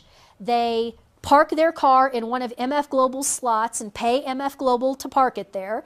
MF Global gets to use the car while it's parked in the spot and agrees that, yes, a year from today you can come back and I will have the car gassed up and washed and polished and completely maintained and ready to go, and you can have it right back. But while your car is parked in my slot in the parking garage, I get to use it. And you pay me. Okay? That is basically what repos are. I like that in terms of a parking garage. It makes a lot of sense. A parking garage for money. So now MF Global is holding the Italian bonds in one of its garage stalls. MF Global has given Spain cash equal to the value of the Italian bonds minus a discount. Okay, that was the buy low, minus the discount, and then there's the sell high that's already locked in on a forward contract. At the same moment, MF Global records on its books the agreed upon forward sale. So it books the forward sale immediately back to Spain. Thus, MF Global has the low buy and the higher sell on its books, and, here's the punchline, recognizes it immediately as profit. Okay? So they've got the profit booked, but they get to hold it what's called off balance sheet. Have you heard that term, off balance sheet? That's what we're talking about here. Since the buy and the sell cancel each other out, GAAP, generally accepted accounting principles, allows MF Global to carry this reverse repo off balance sheet, thus allowing for massive leverage. They can just keep doing it and doing it and doing it and doing it. Recognize the profit immediately, hold the actual transaction off balance sheet so that according to GAAP, it doesn't count against your firm equity. We're seeing a problem? This is a disaster. What happens if the rent on the garage space goes up? Okay, they've got all these cars parked in these garage spaces. They're actually renting the garage space from somebody else. So this is a subleasing situation. What happens if all of a sudden the rent goes up? Well, MF Global must post a small amount of money for each garage stall it needs. If the rent rates suddenly double due to increased risk, meaning in real world terms, Italian bond rates increase, it must immediately post the funds. But since they've been holding all this off balance sheet and they're levered up 20, 30, 40 times, if the rent goes up, it's going to wipe out all of their cash. And when I talk about the rent going up, what am I really talking about in real world terms? I'm talking about the interest rate on Italian bonds going up. That's what I'm talking about. MF Global would then have to post more collateral to secure that position. For those of you in the financial industry, it's margin. Okay, you can call it a margin call, you can call it a collateral call. It's basically the same thing. Since MF Global has been legally permitted and encouraged to hold its reverse repos off balance sheet and is thus carrying, let's call it 35 times more reverse repos than cash, the increased rent rate, the higher Italian bond rate, will wipe out the entire company and its customer asset base. That's what happened. Corzine put all of these repos on with European junk paper, and he's psychotic. The man is a psychopath. Okay? His brain does not work right. He does not have any sort of feelings of guilt or any triggers regarding honesty or safety or risk-taking with other people's money. So he just levered that company up through the roof. I think 35 times is probably being conservative in terms of the leverage of what he was doing. As soon as Europe got twitchy in the late summer and fall of 2011, and those Italian bond rates started inching up, he got a collateral call, and he didn't have the cash to pay for it. And so what he did was he swept all of the customer money out of their accounts, out of their brokerage accounts, took that money and used it to pay his collateral call on his Italian reverse repo position. And he walks the streets a free man, and the latest word from the Wall Street Journal is that he's frustrated. That he's not able to get back into the financial markets. And this is slowing down his career. He's frustrated. He should be tried, he should be arrested, he should be tried, and upon conviction, he should be executed sunrise the next morning. And I'm merciful when it comes to execution, so I'm a big fan of firing squad. If I was going to be executed, I want to be executed by a firing squad. So yeah, put the son of a bitch against a wall and shoot him with high-powered rifles until he's dead.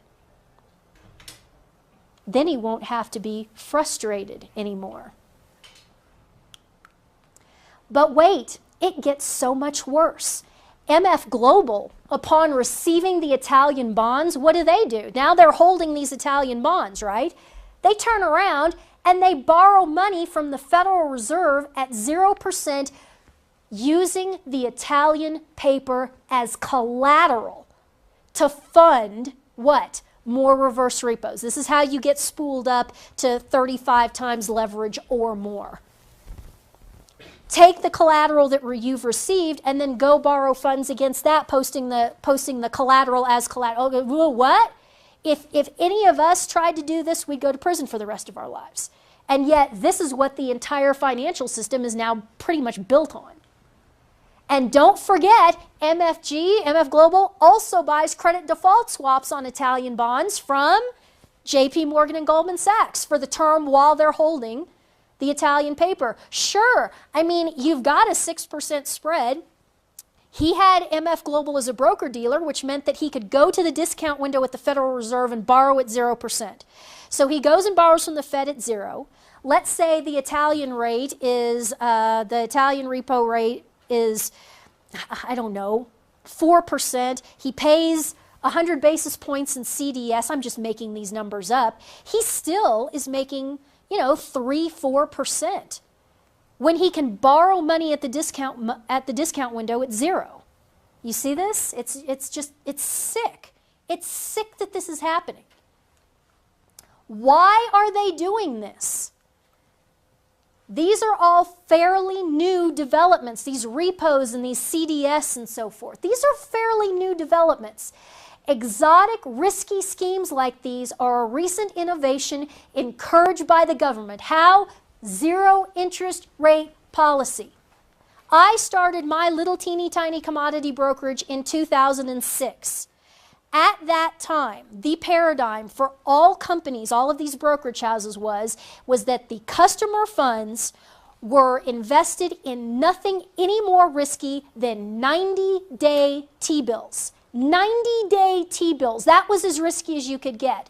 And when I started, the 90-day T-bill rate was roughly around 5%. And so you know, the brokerage firm was splitting that usually with the broker. I declined that, and I asked the 50% to go to my clients. I asked, would you please pay my clients interest on that? So my clients were actually getting about 2.5% interest on their free cash balances with me. I was one of the only commodity brokers in the entire nation who paid, as a matter of course, interest on customer balances. Because, believe it or not, interesting thing that I learned, I didn't realize this before I started, brokerage companies weren't making the bulk of their profit off of commissions. They weren't making their money off of commissions. They were making a lot of their money off of interest income off of the customer segregated funds, which they were only investing in U.S. Treasury paper, which was at the time as close to perfectly safe and zero risk as you could get. So that was fine. That paradigm worked. As soon as you have the government put in place ZIRP, zero interest rate policies, all these brokerage houses now and all of these other entities that we'll get into have lost their main source of income. It's gone. And so why did they start doing all these repos and all this stuff? Because they were desperately looking for a way to replace the lost interest income from ZIRP. Okay? So the government has made this bed. Let's, on page 17, we're going to go through a short history of 90-day T-bill rates in the United States. Fill in this little matrix on page 17. First box on the left, January 2007. On the right in the box, that 90-day T-bill rates were 5.11%. January of 07, 90-day T-bill rates were 5.11%. July of 07, they were 4.96%. January of 08, 2.82%. July of 2008, 1.66%.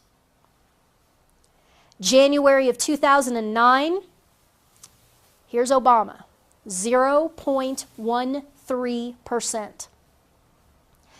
January of 2010, 0.06%. It's basically zero. January of 2011, 0.15%. Oops.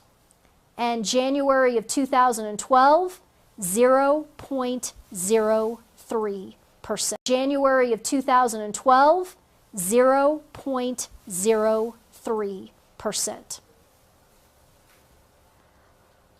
Wow. It was done completely intentionally, and it will destroy us. This cannot go on. Now, who is doing this? Who is doing these credit default swaps? And more importantly, who's doing all of these repos and reverse repos? The answer is terrifying. It's basically everyone. Banks are doing this, obviously. Brokerage firms, obviously, as we just went through. Insurance companies. Pension funds, private and union. Remember, interest rates are at zero, people. These pension funds are doing these repos and reverse repos in order to generate interest income. Money market funds. Large corporations. And state and local governments. Repos and reverse repos are today one of the most common financial transactions executed in the world. And they didn't even exist a few years ago. But everybody is doing them now. Why? Because of ZIRP. They have to replace the lost interest income. How much are they doing this? On page 18 now. Banks, as of June 30th, 2011, in your first top box, J.P. Morgan Chase, and note the date here, June 30th, 2011, total assets of J.P. Morgan Chase $1.8 trillion. That's basically customer deposits. Let's call that customer deposits, 1.8 trillion. Total derivatives exposure, $78 trillion on 1.8 trillion in customer assets. Repos, reverse repos, CDS, et cetera, et cetera. 78 trillion in exposure. And we know it's that because we can also see a breakout of how much of the stuff is over the counter and how much of it is exchange traded. And the over the counter, meaning the repos and so forth, that's in the high 90% area. They're only doing a tiny, tiny fraction of their derivatives, meaning futures contracts and so forth. Only a tiny percentage of this 78 trillion is on the exchanges. Most of it is what's called over the counter. That's repos and reverse repos and CDS. Okay? So if we divide this out, the leverage of JP Morgan Chase is 43 times. 43 times leverage. And remember what we started with at the very beginning. Do you remember what the total GDP of the United States is? What is it? 15.5 trillion? And we converted that into man hours, and it was 775 billion man hours, and which was 387 million man years. That's 15 trillion. Just JP Morgan, just one bank, has derivatives exposure of $78 trillion. If you want to be an overachiever there at home watching this on YouTube, convert $78 trillion the same way we did at the beginning into man hours and man years. It's one bank. Next, Citibank. Total assets, 1.2 trillion. Total derivatives exposure, 56 trillion. If you divide that out, they're running at 47 times leverage. That's Citi. Next up, Bank of America. Total assets, 1.5 trillion. Total derivatives exposure, 53 trillion. Leverage, 35 times. Oh, Goldman Sachs. This one will make you sob. Total assets of Goldman Sachs, 89 billion. That's customer deposits, okay? They're not a big customer bank in the same sense as Bank of America and JP Morgan and Citi. But they are one of the biggest in terms of derivatives. $48 trillion in derivatives exposure on 89 billion in assets. That's 545 times leverage. And you say, no, how is that possible? How can that be? How can Goldman Sachs be running at 545 times leverage relative to its assets? And the answer is because Goldman Sachs and the United States government are, for all intents and purposes, the same fiscal entity. And if anybody has any explanation other than that, I would love to hear it. And again, I would just encourage you to look at the people who are populating the United States government, the bureaucracy, the Federal Reserve banks, and look at their CVs. Where did these people come from? They came from Goldman, okay? Again, I don't like the whole conspiracy theory worldview, but sometimes it's real. And when it is real, you have to be brave enough to face it. That's it. And finally, let's look at the top 25 U.S. banks. Top 25 banks in the U.S. together, 8.3 trillion in customer assets. Total derivatives exposure of the top 25 banks, $249 trillion. 30 times leverage. The GDP of the United States is only 15.5 trillion. The GDP of the entire planet is between 65 and 70 trillion. Top 25 banks just in the US, and just the top 25 banks, $249 trillion in derivatives exposure. And so some people out there watching might say, well, Ann, if the system collapses, it'll be a symmetrical collapse. There will be symmetry to it. I'll give you that. I'll give you part of that argument. Even if you give this a 90% haircut, even if you assume that there's 90% symmetry in the collapse of these derivatives markets, you're still looking at $25 trillion. These amounts of money don't even exist.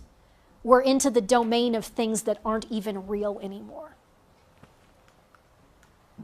Globally, derivatives exposure is at minimum $1.5 quadrillion. I told you we'd be talking about quadrillions. Okay, what we've been talking about is just the United States. What about Europe? What about China? What about Japan? What about them? Okay, now we're into the quadrillions. Where's your wealth? Remember the list of people that we just went through? Banks, insurance companies, pension funds, on and on and on. This is where your money is. Money market funds, state and local governments. This is where your money is sitting. You need to get out. Because when the system collapses, it will happen so fast, you won't have time to react. You've got to get out. When should you be exiting the system? The answer is now. Computer programs, high frequency trading, HFT, you'll see that, that acronym, also called the algos, which is short for the algorithms. Just computers, completely independently, computer programs trading the markets. Guys, that's all that's left. Computer programs now account for 70% of all completed transactions in the equities and futures markets, and 99.9% of all quotes in the equities and futures markets. The people are gone. The smart people started leaving years ago. There's nobody left. So you look at the volume on the exchanges for stocks and futures and so forth, and well, look at all this volume. Look at how many contracts they traded today, and look how many shares they traded today. It's not real. It's computers trading with each other, in and out in milliseconds. There's no people in there anymore. This is incredibly dangerous. And these statistics come from Nanex. It's just an analytical company that does great work parsing all of this high-frequency trading data and information. Market liquidity is totally dependent upon the algorithms now. As you could see, I mean, 70% of all completed transactions and 99.9% of all bids and asks are computer generated. Well, of course the markets are completely dependent upon them. These algos are programmed to stop trading in the event of a black swan market shock. If anything crazy happens, the computers are programmed to step back. What does that mean? That means if anything crazy happens and the algos stop generating bids and offers, since there are no people left in there, the markets are going to go no bid like that. And then good luck getting out of your positions. Oh, it's no problem. I'll call my broker and he'll just put the orders in. What if there's nobody on the other side? You want to sell your shares. There's no bid. There is no bid. What are you going to do? The computers are gone, and that's who you've been trading with for the last several years. Now they're gone. There's no bid. That means your wealth is gone.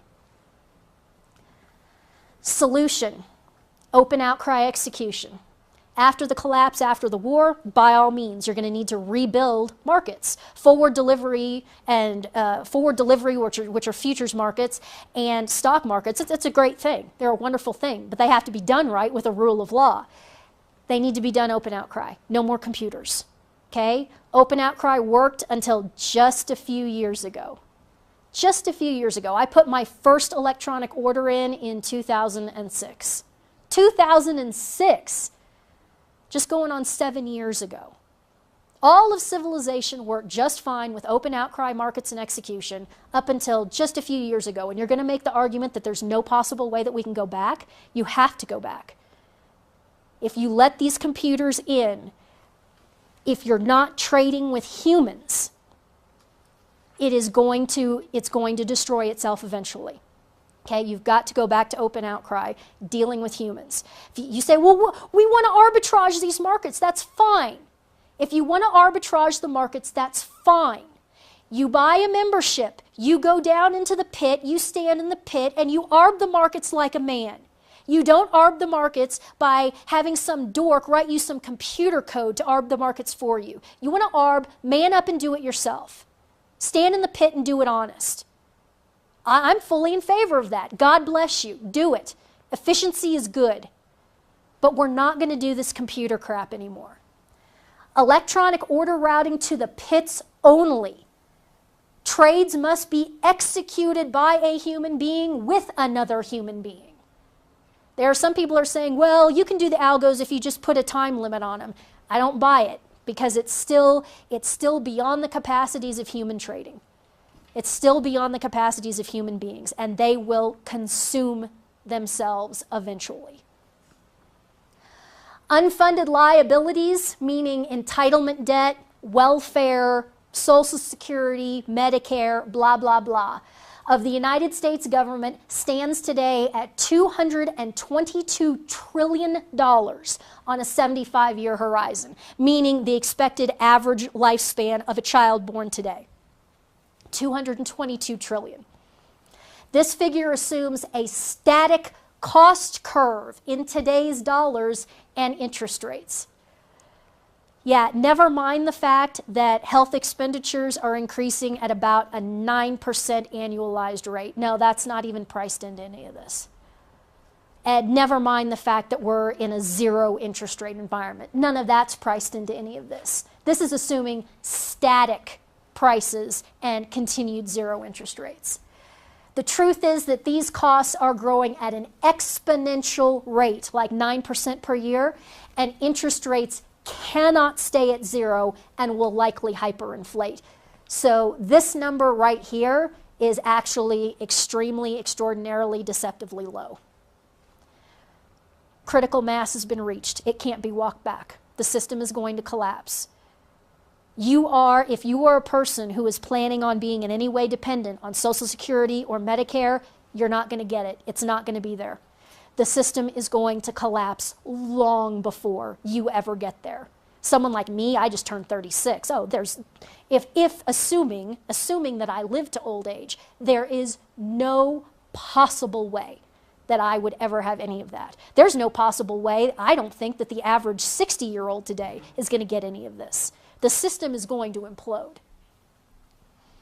Even if you are wealthy enough to never need or use entitlements such as Social Security or Medicare, or could always afford to pay cash for any health care you might need, these issues still directly impact you because they are what has destroyed beyond repair the United States, its government, and its economy. So if you're a high net worth individual, you can't just say, oh, well, fiddle-dee-dee, this has nothing to do with me. Yes, it does have to do with you, because these entitlement programs that you have spent your life looking upon as, oh, isn't that nice? Isn't that nice that the government is giving all of these poor people free things? It is what will destroy all of us, including you. Giving people free things in mathematically impossible paradigms is not charity. Anything that is contrary to reason and truth is a lie that is coming from the pit of hell. Which is why when I see archbishop after archbishop and cardinal after cardinal in the church running their mouths about the need for universal health care, my anger is off the charts. You imbeciles, you idiots, how dare you? Everybody's entitled to the right of universal health care, huh? Really? Where does health care come from? It comes from doctors, and it comes from nurses. Are you honestly so stupid? Are you honestly so poorly educated, Your Excellency, that you actually believe that one human being has the right to the labors of another human being? Boy, I don't know. That sure sounds like slavery to me. Doesn't it sound like slavery to you? How's this going to work? How are you going to provide an infinite quantity to people? How does that work exactly, Excellency? I want to see the math on that. I want to see the logic and the reason behind that. Our Lord himself is logic and reason. Our Lord himself is truth. Our Lord himself is even mathematical truth. And while you, Archbishop and cardinals of the church, are spewing these lies that are contrary to the truth, that are contrary to mathematical truth and to logic and to reason, you are agents of Satan, because Satan is the father of all lies. Archbishop, cardinals of the church, you gentlemen need to pull your heads out of your ass before you destroy all of Western civilization. Now, do it now. Stop trying to rebel against your father. Stop trying to rebel against your Marxist, homosexual seminary professors from the early 1970s. Stop it. You're killing everybody. You are in league with Satan. Stop it. For the love of God. Literally. Solution. Catastrophic, high deductible health insurance only. Low deductible, non-catastrophic health insurance is what has destroyed the entire healthcare market. Why? Because non-catastrophic insurance eventually destroys any market it touches because price point feedback ceases to exist. If you have insurance, you don't ask what anything costs. You just, oh well, the insurance will pay for it. That's why healthcare costs are inflating at a 9% annualized rate, because there is no price point feedback, because of insurance, because of government largesse in the form of these entitlement programs. No, this has to stop. Giving people free crap only destroys civilizations in the long run. All reform plans being bandied about in terms of the federal government and debt and spending and all of this contain no spending cuts. They only contain a decrease in the rate of increase in spending, including the so-called Paul Ryan plan. Ooh, Paul Ryan, he's a Republican and he's going to be the vice president if these elections even happen at all. But oh boy, he's our boy. And the Ryan plan, do you know what the Ryan plan is? Here's the rate of government increase in spending right now. Paul Ryan's plan does this. Paul Ryan's plan does this. It reduces the slope of increase, but it's still an increase in government spending. When that fork-tongued liar, Paul Ryan, stands up and starts talking to you about all of these spending cuts, for the love of God, he's lying to you. That is not cutting spending. That is reducing the rate of the slope of the increase. My God. Additionally, do you know Paul Ryan's plan? He assumes a 5% annual GDP growth for 30 straight years with no recessions. I would like all of you people in the room, like right now, to inhale deeply for the next 3 minutes without stopping. Ready? Go. Oh, wait, that's not possible, is it? Yeah, that's not possible. We have to inhale and then we have to exhale in a respiration cycle. Economies are exactly the same. Expansion, inhale. Contraction, exhale. What is the average? Equilibrium. We all human beings, in terms of our diaphragm and our lung capacity, spend our lives on average at equilibrium. Half of it's inhale, half of it's exhale. And I would also remind you, get in your workbook and flip back to Carl Denninger's chart with the GDP and the debt, where the debt was above the GDP growth for 30 solid years. Since Carter, we have not been able to grow the GDP in this country without growing the debt way more, way more. And it even got to the point where it was at 7-to-1 ratio. And you honestly believe when that fork-tongued jackal, Paul Ryan, starts talking about his plan that we are going to have a 5% annual GDP growth for 30 solid years while we are delevering? Meaning the debt line would be underneath zero. We would be delevering with 30 solid years of 5% annual GDP growth. And we haven't managed to do that for 1 quarter, not once, since the Carter administration. With the advent of the internet, we haven't been able to do that. What do you think? You think Paul Ryan's just lying to you because he's looking to become a multi-millionaire off of his political position? Yeah, I think that's probably what it is. And he's trusting that all of you out there are so ignorant that you'll never figure any of this out. And they'll just keep telling you, we're doing the best we can. No, they aren't. They're consciously lying to you. There's not a single honest, informed politician anywhere in the U.S. government who acknowledges any of this. There is no hope in Washington, D.C. or the political class, none. And I have a series of pictures up here, and they're all people who go under the moniker of Republicans. I didn't even bother putting any Democrats on there. I mean, if you're so far gone that you think that Nancy Pelosi and Harry Reid are actually honest actors in all this, I can't even talk to you. That's just irrational. At this point, I'm talking to the people who are falling for these charlatans right here. Mitt Romney, Paul Ryan, are you kidding me?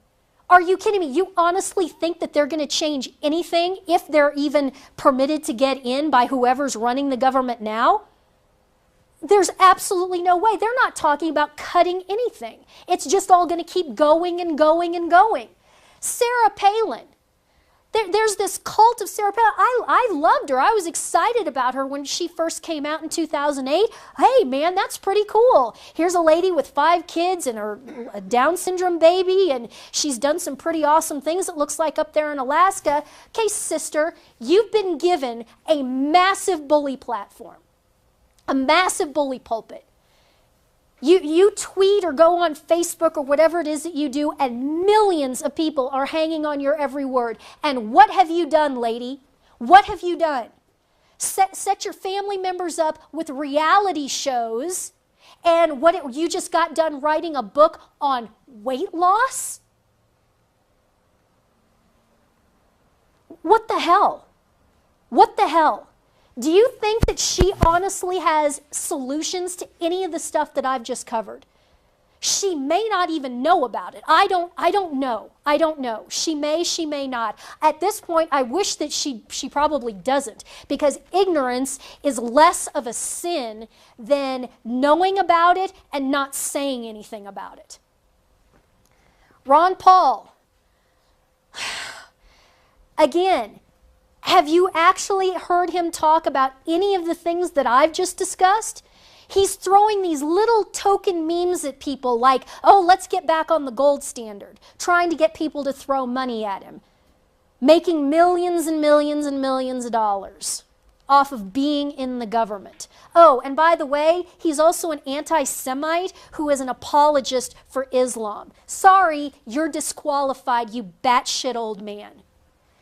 Michelle Bachmann. Hey, let's talk about Michelle Bachmann. Hey, she's awesome. No, she's not. That woman just raised $20 million for a presidential campaign that it was completely illegal for her to be running in the first place. Michelle Bachmann, up until just not too long ago, just a few months ago, was a dual citizen of Switzerland.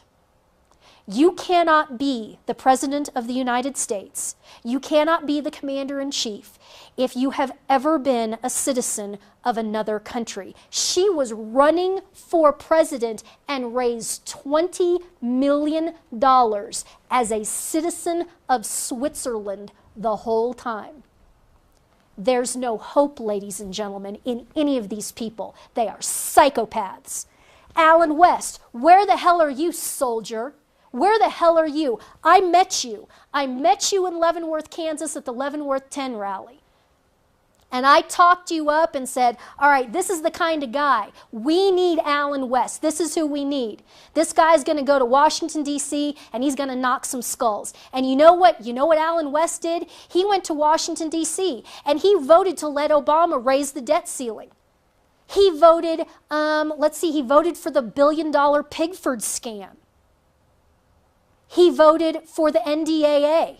He voted for the internet. What's the internet one? I can't remember the acronym for it. But basically giving all this surveillance power to the government to watch the internet. And he also voted to approve Obama's completely illegal, unconstitutional military incursion into Libya with zero congressional approval whatsoever, and now we find out what was all of that. It was establishing a gun-running scheme from the Obama regime to the Muslim Brotherhood and Al-Qaeda. Allen West voted for that. Where the hell are you, soldier? I'll tell you where he is. He's with all of the rest of them. He's looking at his bank account.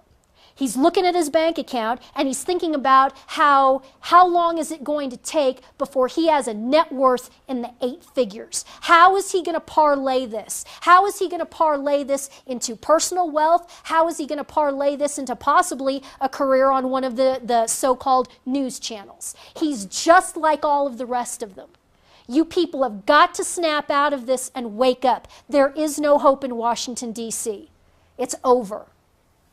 Financial planning products assume an average 6 to 8% consistent annualized return. If you're invested in any of these products, not only will you not see that kind of return, if you do not move aggressively and proactively to remove your wealth from the financial system, you will likely have the vast majority of your wealth stolen, confiscated, or inflated away. You need to start moving right now. Because 1 second after the Black Swan event, it'll be too late. The government is going to attempt to inflate its debt away, confiscating your wealth in the process. This will accomplish nothing because all money is simply a proxy for man hours. That's why we started with this concept at the very, very beginning, almost 2.5 hours ago now. It doesn't matter how many zeros you put after a number. At the end of the day, all of these debts are man hours, human lives. You can't inflate debt away. It doesn't matter how many zeros you put after an hourly wage. The underlying debt must still be paid with the labor and productivity of men in an unchanging unit quantity. The objective for the foreseeable future is no longer to generate a return. The financial objective now is to hold your wealth together and minimize losses while the rest of the world burns around you and survive to the other side so that you can help rebuild. This is harsh and it is extremely unpleasant, but it's the truth. How do I generate a return? Well, I don't want to buy gold. Gold doesn't generate a return. That's not the objective. The objective is to hold your wealth together as much as you possibly can. This is Berlin. It's 1942. The bombers are flying overhead. Just because your building hasn't been hit yet doesn't mean it's never ever going to be hit. This is going to get really, really ugly. You need to get out of Dodge now. Solutions. Don't bother moving. You cannot escape this. This is global. There's nowhere to run. Well, I'm going to go to Australia, and I'm going to go to New Zealand. I'm going to do this. I'm going to do that. Really? Talk to Trevor Loudon about that. Have Trevor Loudon explain to you how China is positioning to annex Australia and New Zealand after the fall of the United States. Talk to him about that. I mean, you know, decades ago, they'd love to have you, but today, there's nowhere to run. This is the United States. For all of its flaws, for all of its many flaws, this is the last bulwark of defense against the forces of evil running rampant all over this country. This is it. If the United States falls, all of humanity is going to go into a dark age. There's nowhere to run. This isn't like World War II where the people in Germany could come to the United States or come to Canada. There's nothing like that here. You have to stand and fight. And what part of that, a big part of that, and those tactics is getting pre-positioned. You know that the battle is coming. You know that the war is upon us. Get yourself positioned. Allocate as much wealth as possible into physical commodities. This includes land, precious metals, livestock, firearms, ammunition, more firearms, more ammunition, more firearms, more ammunition, food, water, and fuel. Do it now. Because 1 second after, it'll be too late. You have to do it now. And so we'll end with the question, Quo Vadis? Where are you going? St. Peter, 35 or so years after the resurrection and ascension, was in Rome. And you know, he'd been arrested many times and imprisoned many times and always managed to escape. And he escaped. He got out of Rome, and he was on the Appian Way, hightailing it south and east out of Rome. He'd gotten away. And as he's walking down the Appian Way, who does he meet walking back up the other way? He meets our Lord. And what does Peter say to our Lord, who he has not seen corporeally in probably 35 years? He's seen him every day in the Eucharist, but he hasn't seen him corporeally in 35 years. And Peter says, Quo vadis, Domine? Where are you going, Lord? And our Lord looked back at Peter, and he said, I'm going to Rome to be crucified again. And Peter nodded his head, and Peter turned around, and he walked back into Rome, and he was arrested, and he was crucified. It was his time. It was time. And he knew it was time because our Lord told him it was time. That's what I'm doing. Quo vadis, Anne? Where are you going? The answer is, I'm going to Rome to be crucified. It's time. Some people have to. Not all of you have to do that, but some of us are called. Some of us have to stand and fight against this. And how can it not work out well? Because who's going with us? Who was crucified first, and who is going to be crucified with us? It's our Lord. It's going to be fine. It's going to be fine. Like I said, the IRS has already started levying my bank accounts. They will levy all of my bank accounts. They will levy my personal property. I look forward to it. I look forward to it. Quo vadis? Where am I going? I'm going to Rome to be crucified. And you know, it worked out okay for Peter. I think they built a little old church over his grave, and it worked out okay. But somebody has to do this. Some of you are going to have to do this. Some of you are going to have to stand. You have to stand, and you have to fight the forces of evil, and now is that time. This is as big of a war, this is as big of a battle as has ever been on this planet in human terms. You can't run away, you can't hide. Quo vadis? Where are you going? I'm going to Rome to be crucified. God bless you. Thank you all.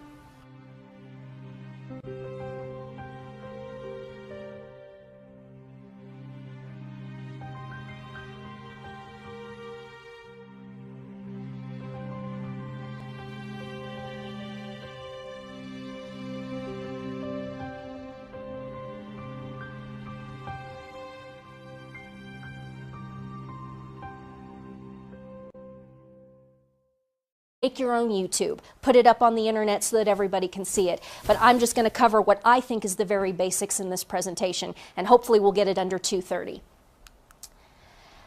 Question: how much of your wealth is allocated as zeros and ones on computer servers? How much is physical in your possession and defensible? For most people, the bulk of their wealth is completely indefensible. The bulk of their wealth they have really no true custody of, and it could be confiscated instantaneously. What I've been saying to people for months and months and months and going on years now is that if you can't stand in front of it with an assault rifle and physically defend it, it's not really yours. anything sitting in any sort of an account doesn't actually exist. Doesn't exist physically. It is zeros and ones on a computer server. And you have to trust the people behind the computer servers, A, not to confiscate it, and B, to allow you to have access to it, and that it is going to have zero counterparty risk when you get it back. These are all questions that are monumentally huge. MF Global, $1.6 billion in segregated, sacrosanct customer funds, confiscated, stolen, like that, by John Corzine and his cronies at MF Global. PFG Best, another Ponzi scheme, $225 million in customer funds, never actually existed. The whole thing was a Ponzi scheme. Me personally, I can testify to this. This is being recorded on November 2nd, 2012. A week ago today, I have declared a federal tax strike. A week ago today, the IRS levied my personal bank account. Bye-bye money, gone. And I'll never see it again. Okay, so if this money is sitting in these accounts and it's just zeros and ones on a computer server, you have to understand the massive, massive risk. And people in this culture, we're so used to the rule of law, we're so used to the sacrosanct nature of our accounts that we cannot even fathom the possibility that our money could just be confiscated and taken away. You have to understand the risk that you are standing right now, every one of you. It doesn't matter how honest your brokers, wealth managers, or local bankers are. The problem is systemic, and it will touch every person on earth. I hear this all the time. I have people call me all the time and say, well, I'm all right because my broker is a great guy. I'm sure your broker is a great guy. I'm sure your banker is a great guy and wouldn't dream of stealing your money out of your account. That's not the counterparty. That's not the danger. That's not who we're talking about. We are talking about what is called the federal government. We are talking about the entire global financial system. It doesn't matter how honest your brokers are. This is why I shut down my commodity brokerage, because I knew after MF Global that I could do nothing to defend my client currency. I am paid in, right now, US dollars. All currency, ladies and gentlemen, is fiat, including gold. Gold is fiat currency. All currency is fiat currency because all currency is a fungible proxy for your ability as a human to labor and produce.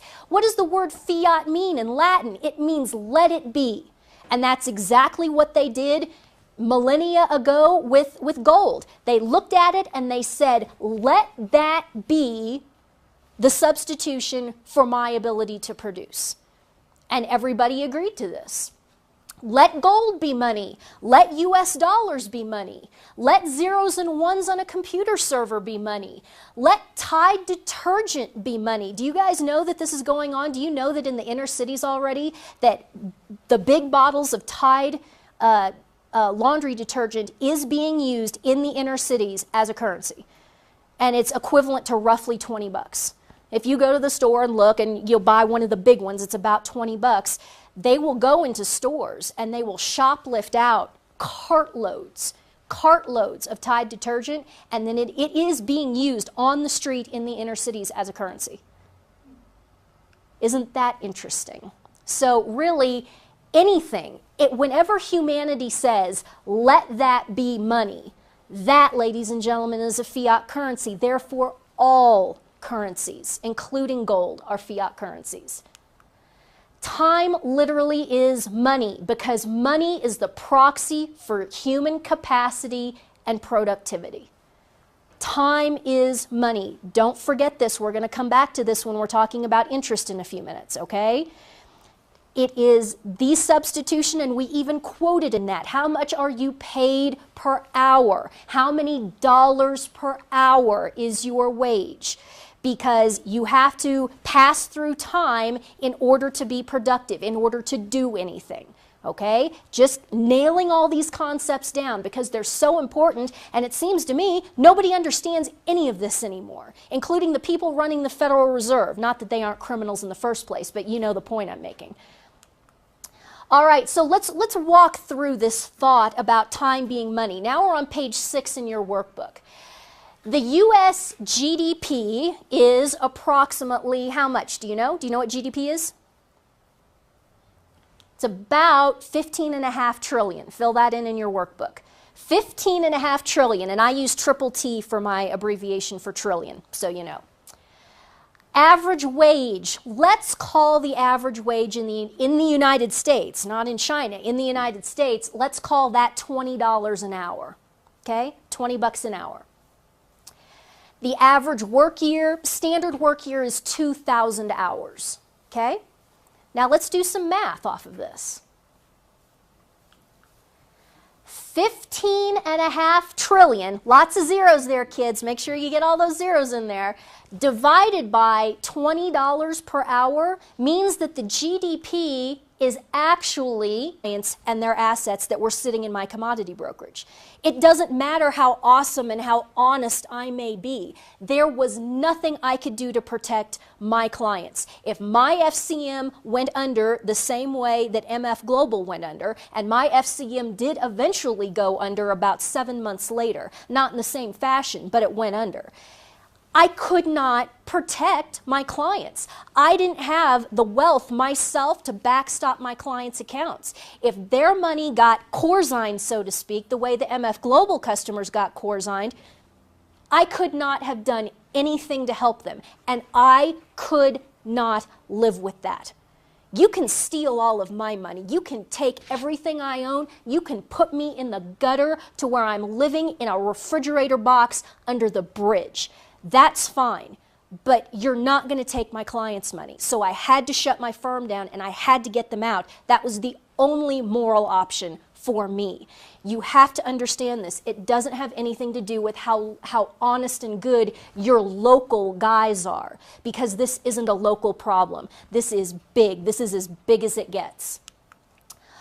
What is money? First of all, as you're watching and going through, we have the workbook available. You should have been able to download the workbook off of the link underneath the YouTube clip in the information section. So you've got your workbook hopefully at home if you want.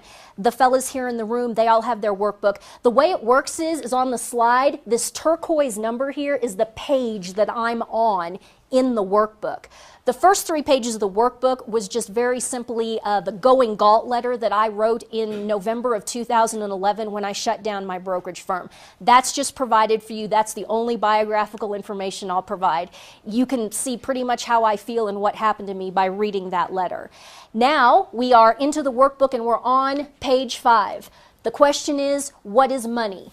Money is a fungible proxy for man's ability to reason, labor, create, and produce. People do not understand what money is.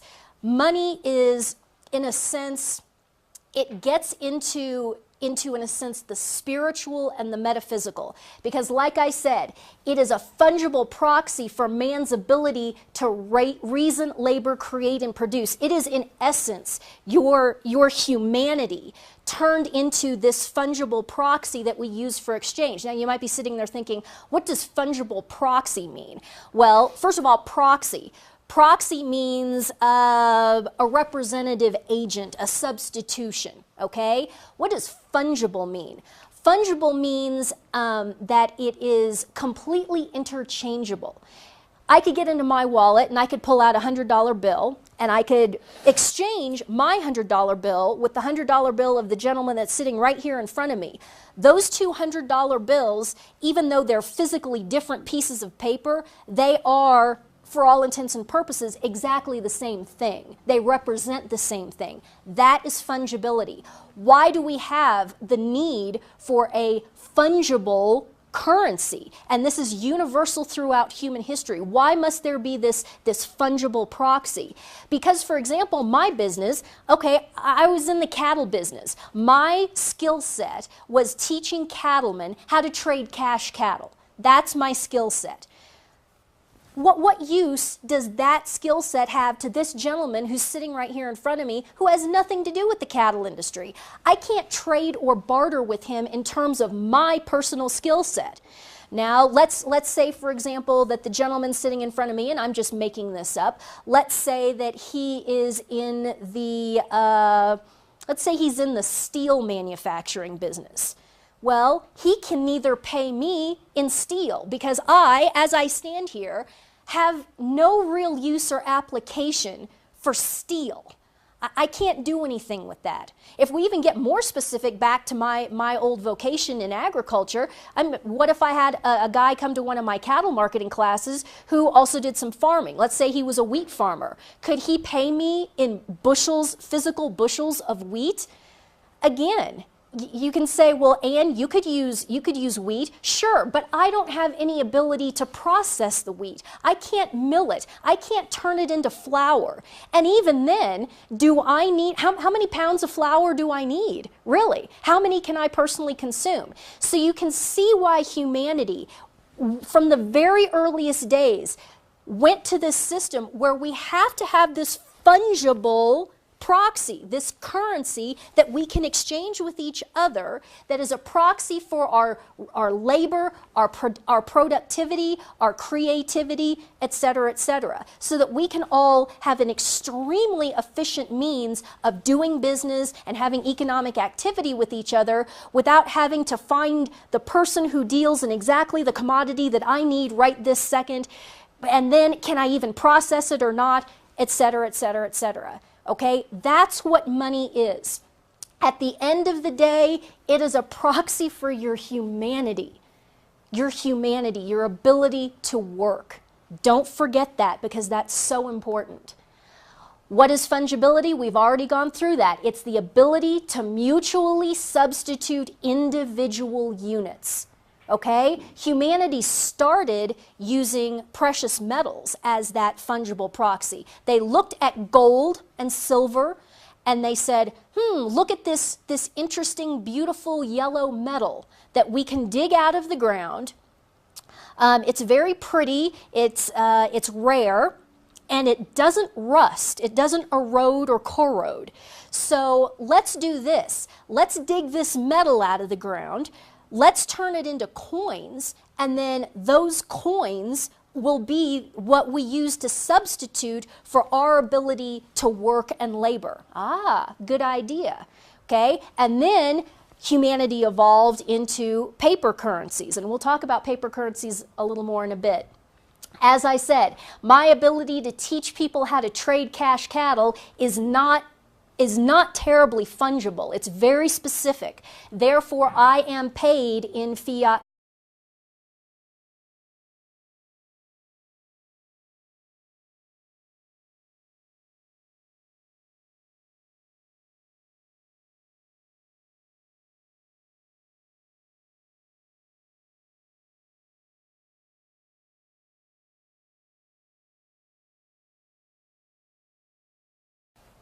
Good afternoon. Thank you all for being here. My name is AnnBarnhardt.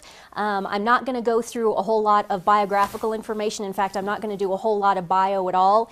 If you or anyone out there on the internet is interested in learning about me, all you have to do is Google my name, AnnBarnhardt, and you can enjoy hours and hours of reading and video watching fun. I'm not going to waste time with biographical information because we've got a lot of ground to cover. Furthermore, it really doesn't matter who I am. All I'm doing is I am relaying to you objective reality, objective truth. Who I am really doesn't make a whole lot of difference. If you all want to think of me as nothing more than the weather girl, then that's fine by me. I'm just communicating this information to you. All right, let's get started. The title of this presentation is "The Economy is Going to Implode and You Deserve to Understand Why." Most people out there have absolutely no idea of what is going on in the financial markets, in the economy. and they especially do not understand the scope of what's going on in the financial sector and in the economy, and the fact that we have now passed critical mass and it can no longer be saved. What I want to get out in front of people is the very basic nitty-gritty in layman's terms of what's going on, so that the average American out there can understand the true gravity of the situation. And I'm also going to impart a few suggestions for what can be done to fix the situation after the collapse, after the war, and in the rebuilding phase. Because if you're watching this, chances are you are going to be in that class of people who is going to be morally tasked with rebuilding this nation and this civilization. There's some things you need to know. You need to understand how this system is broken, and you also need to understand what you're going to need to do to fix it and get it back on the right track when you come out the other side of this. For those of you out there on the internet watching, a lot of you will be saying, well, you didn't go into enough detail about this. You weren't technical enough about that. Guys, you got to understand what my objective here is. My objective here is not to dive into the absolute minutia of the MF global collapse. These people don't even understand what repos are. These people don't understand what CDS is. They don't understand any of these things. I just need to get a very basic primer in front of them so that they can understand these things. Also, do not email me and say, why didn't you talk about this? Why didn't you talk about that? Why didn't you talk about the other? In order to get just the very basics covered, we're looking at 2.5 hours, I'm estimating here, okay? Most people in this country have about a 30-second attention span, so you can see the wall that I'm up against here.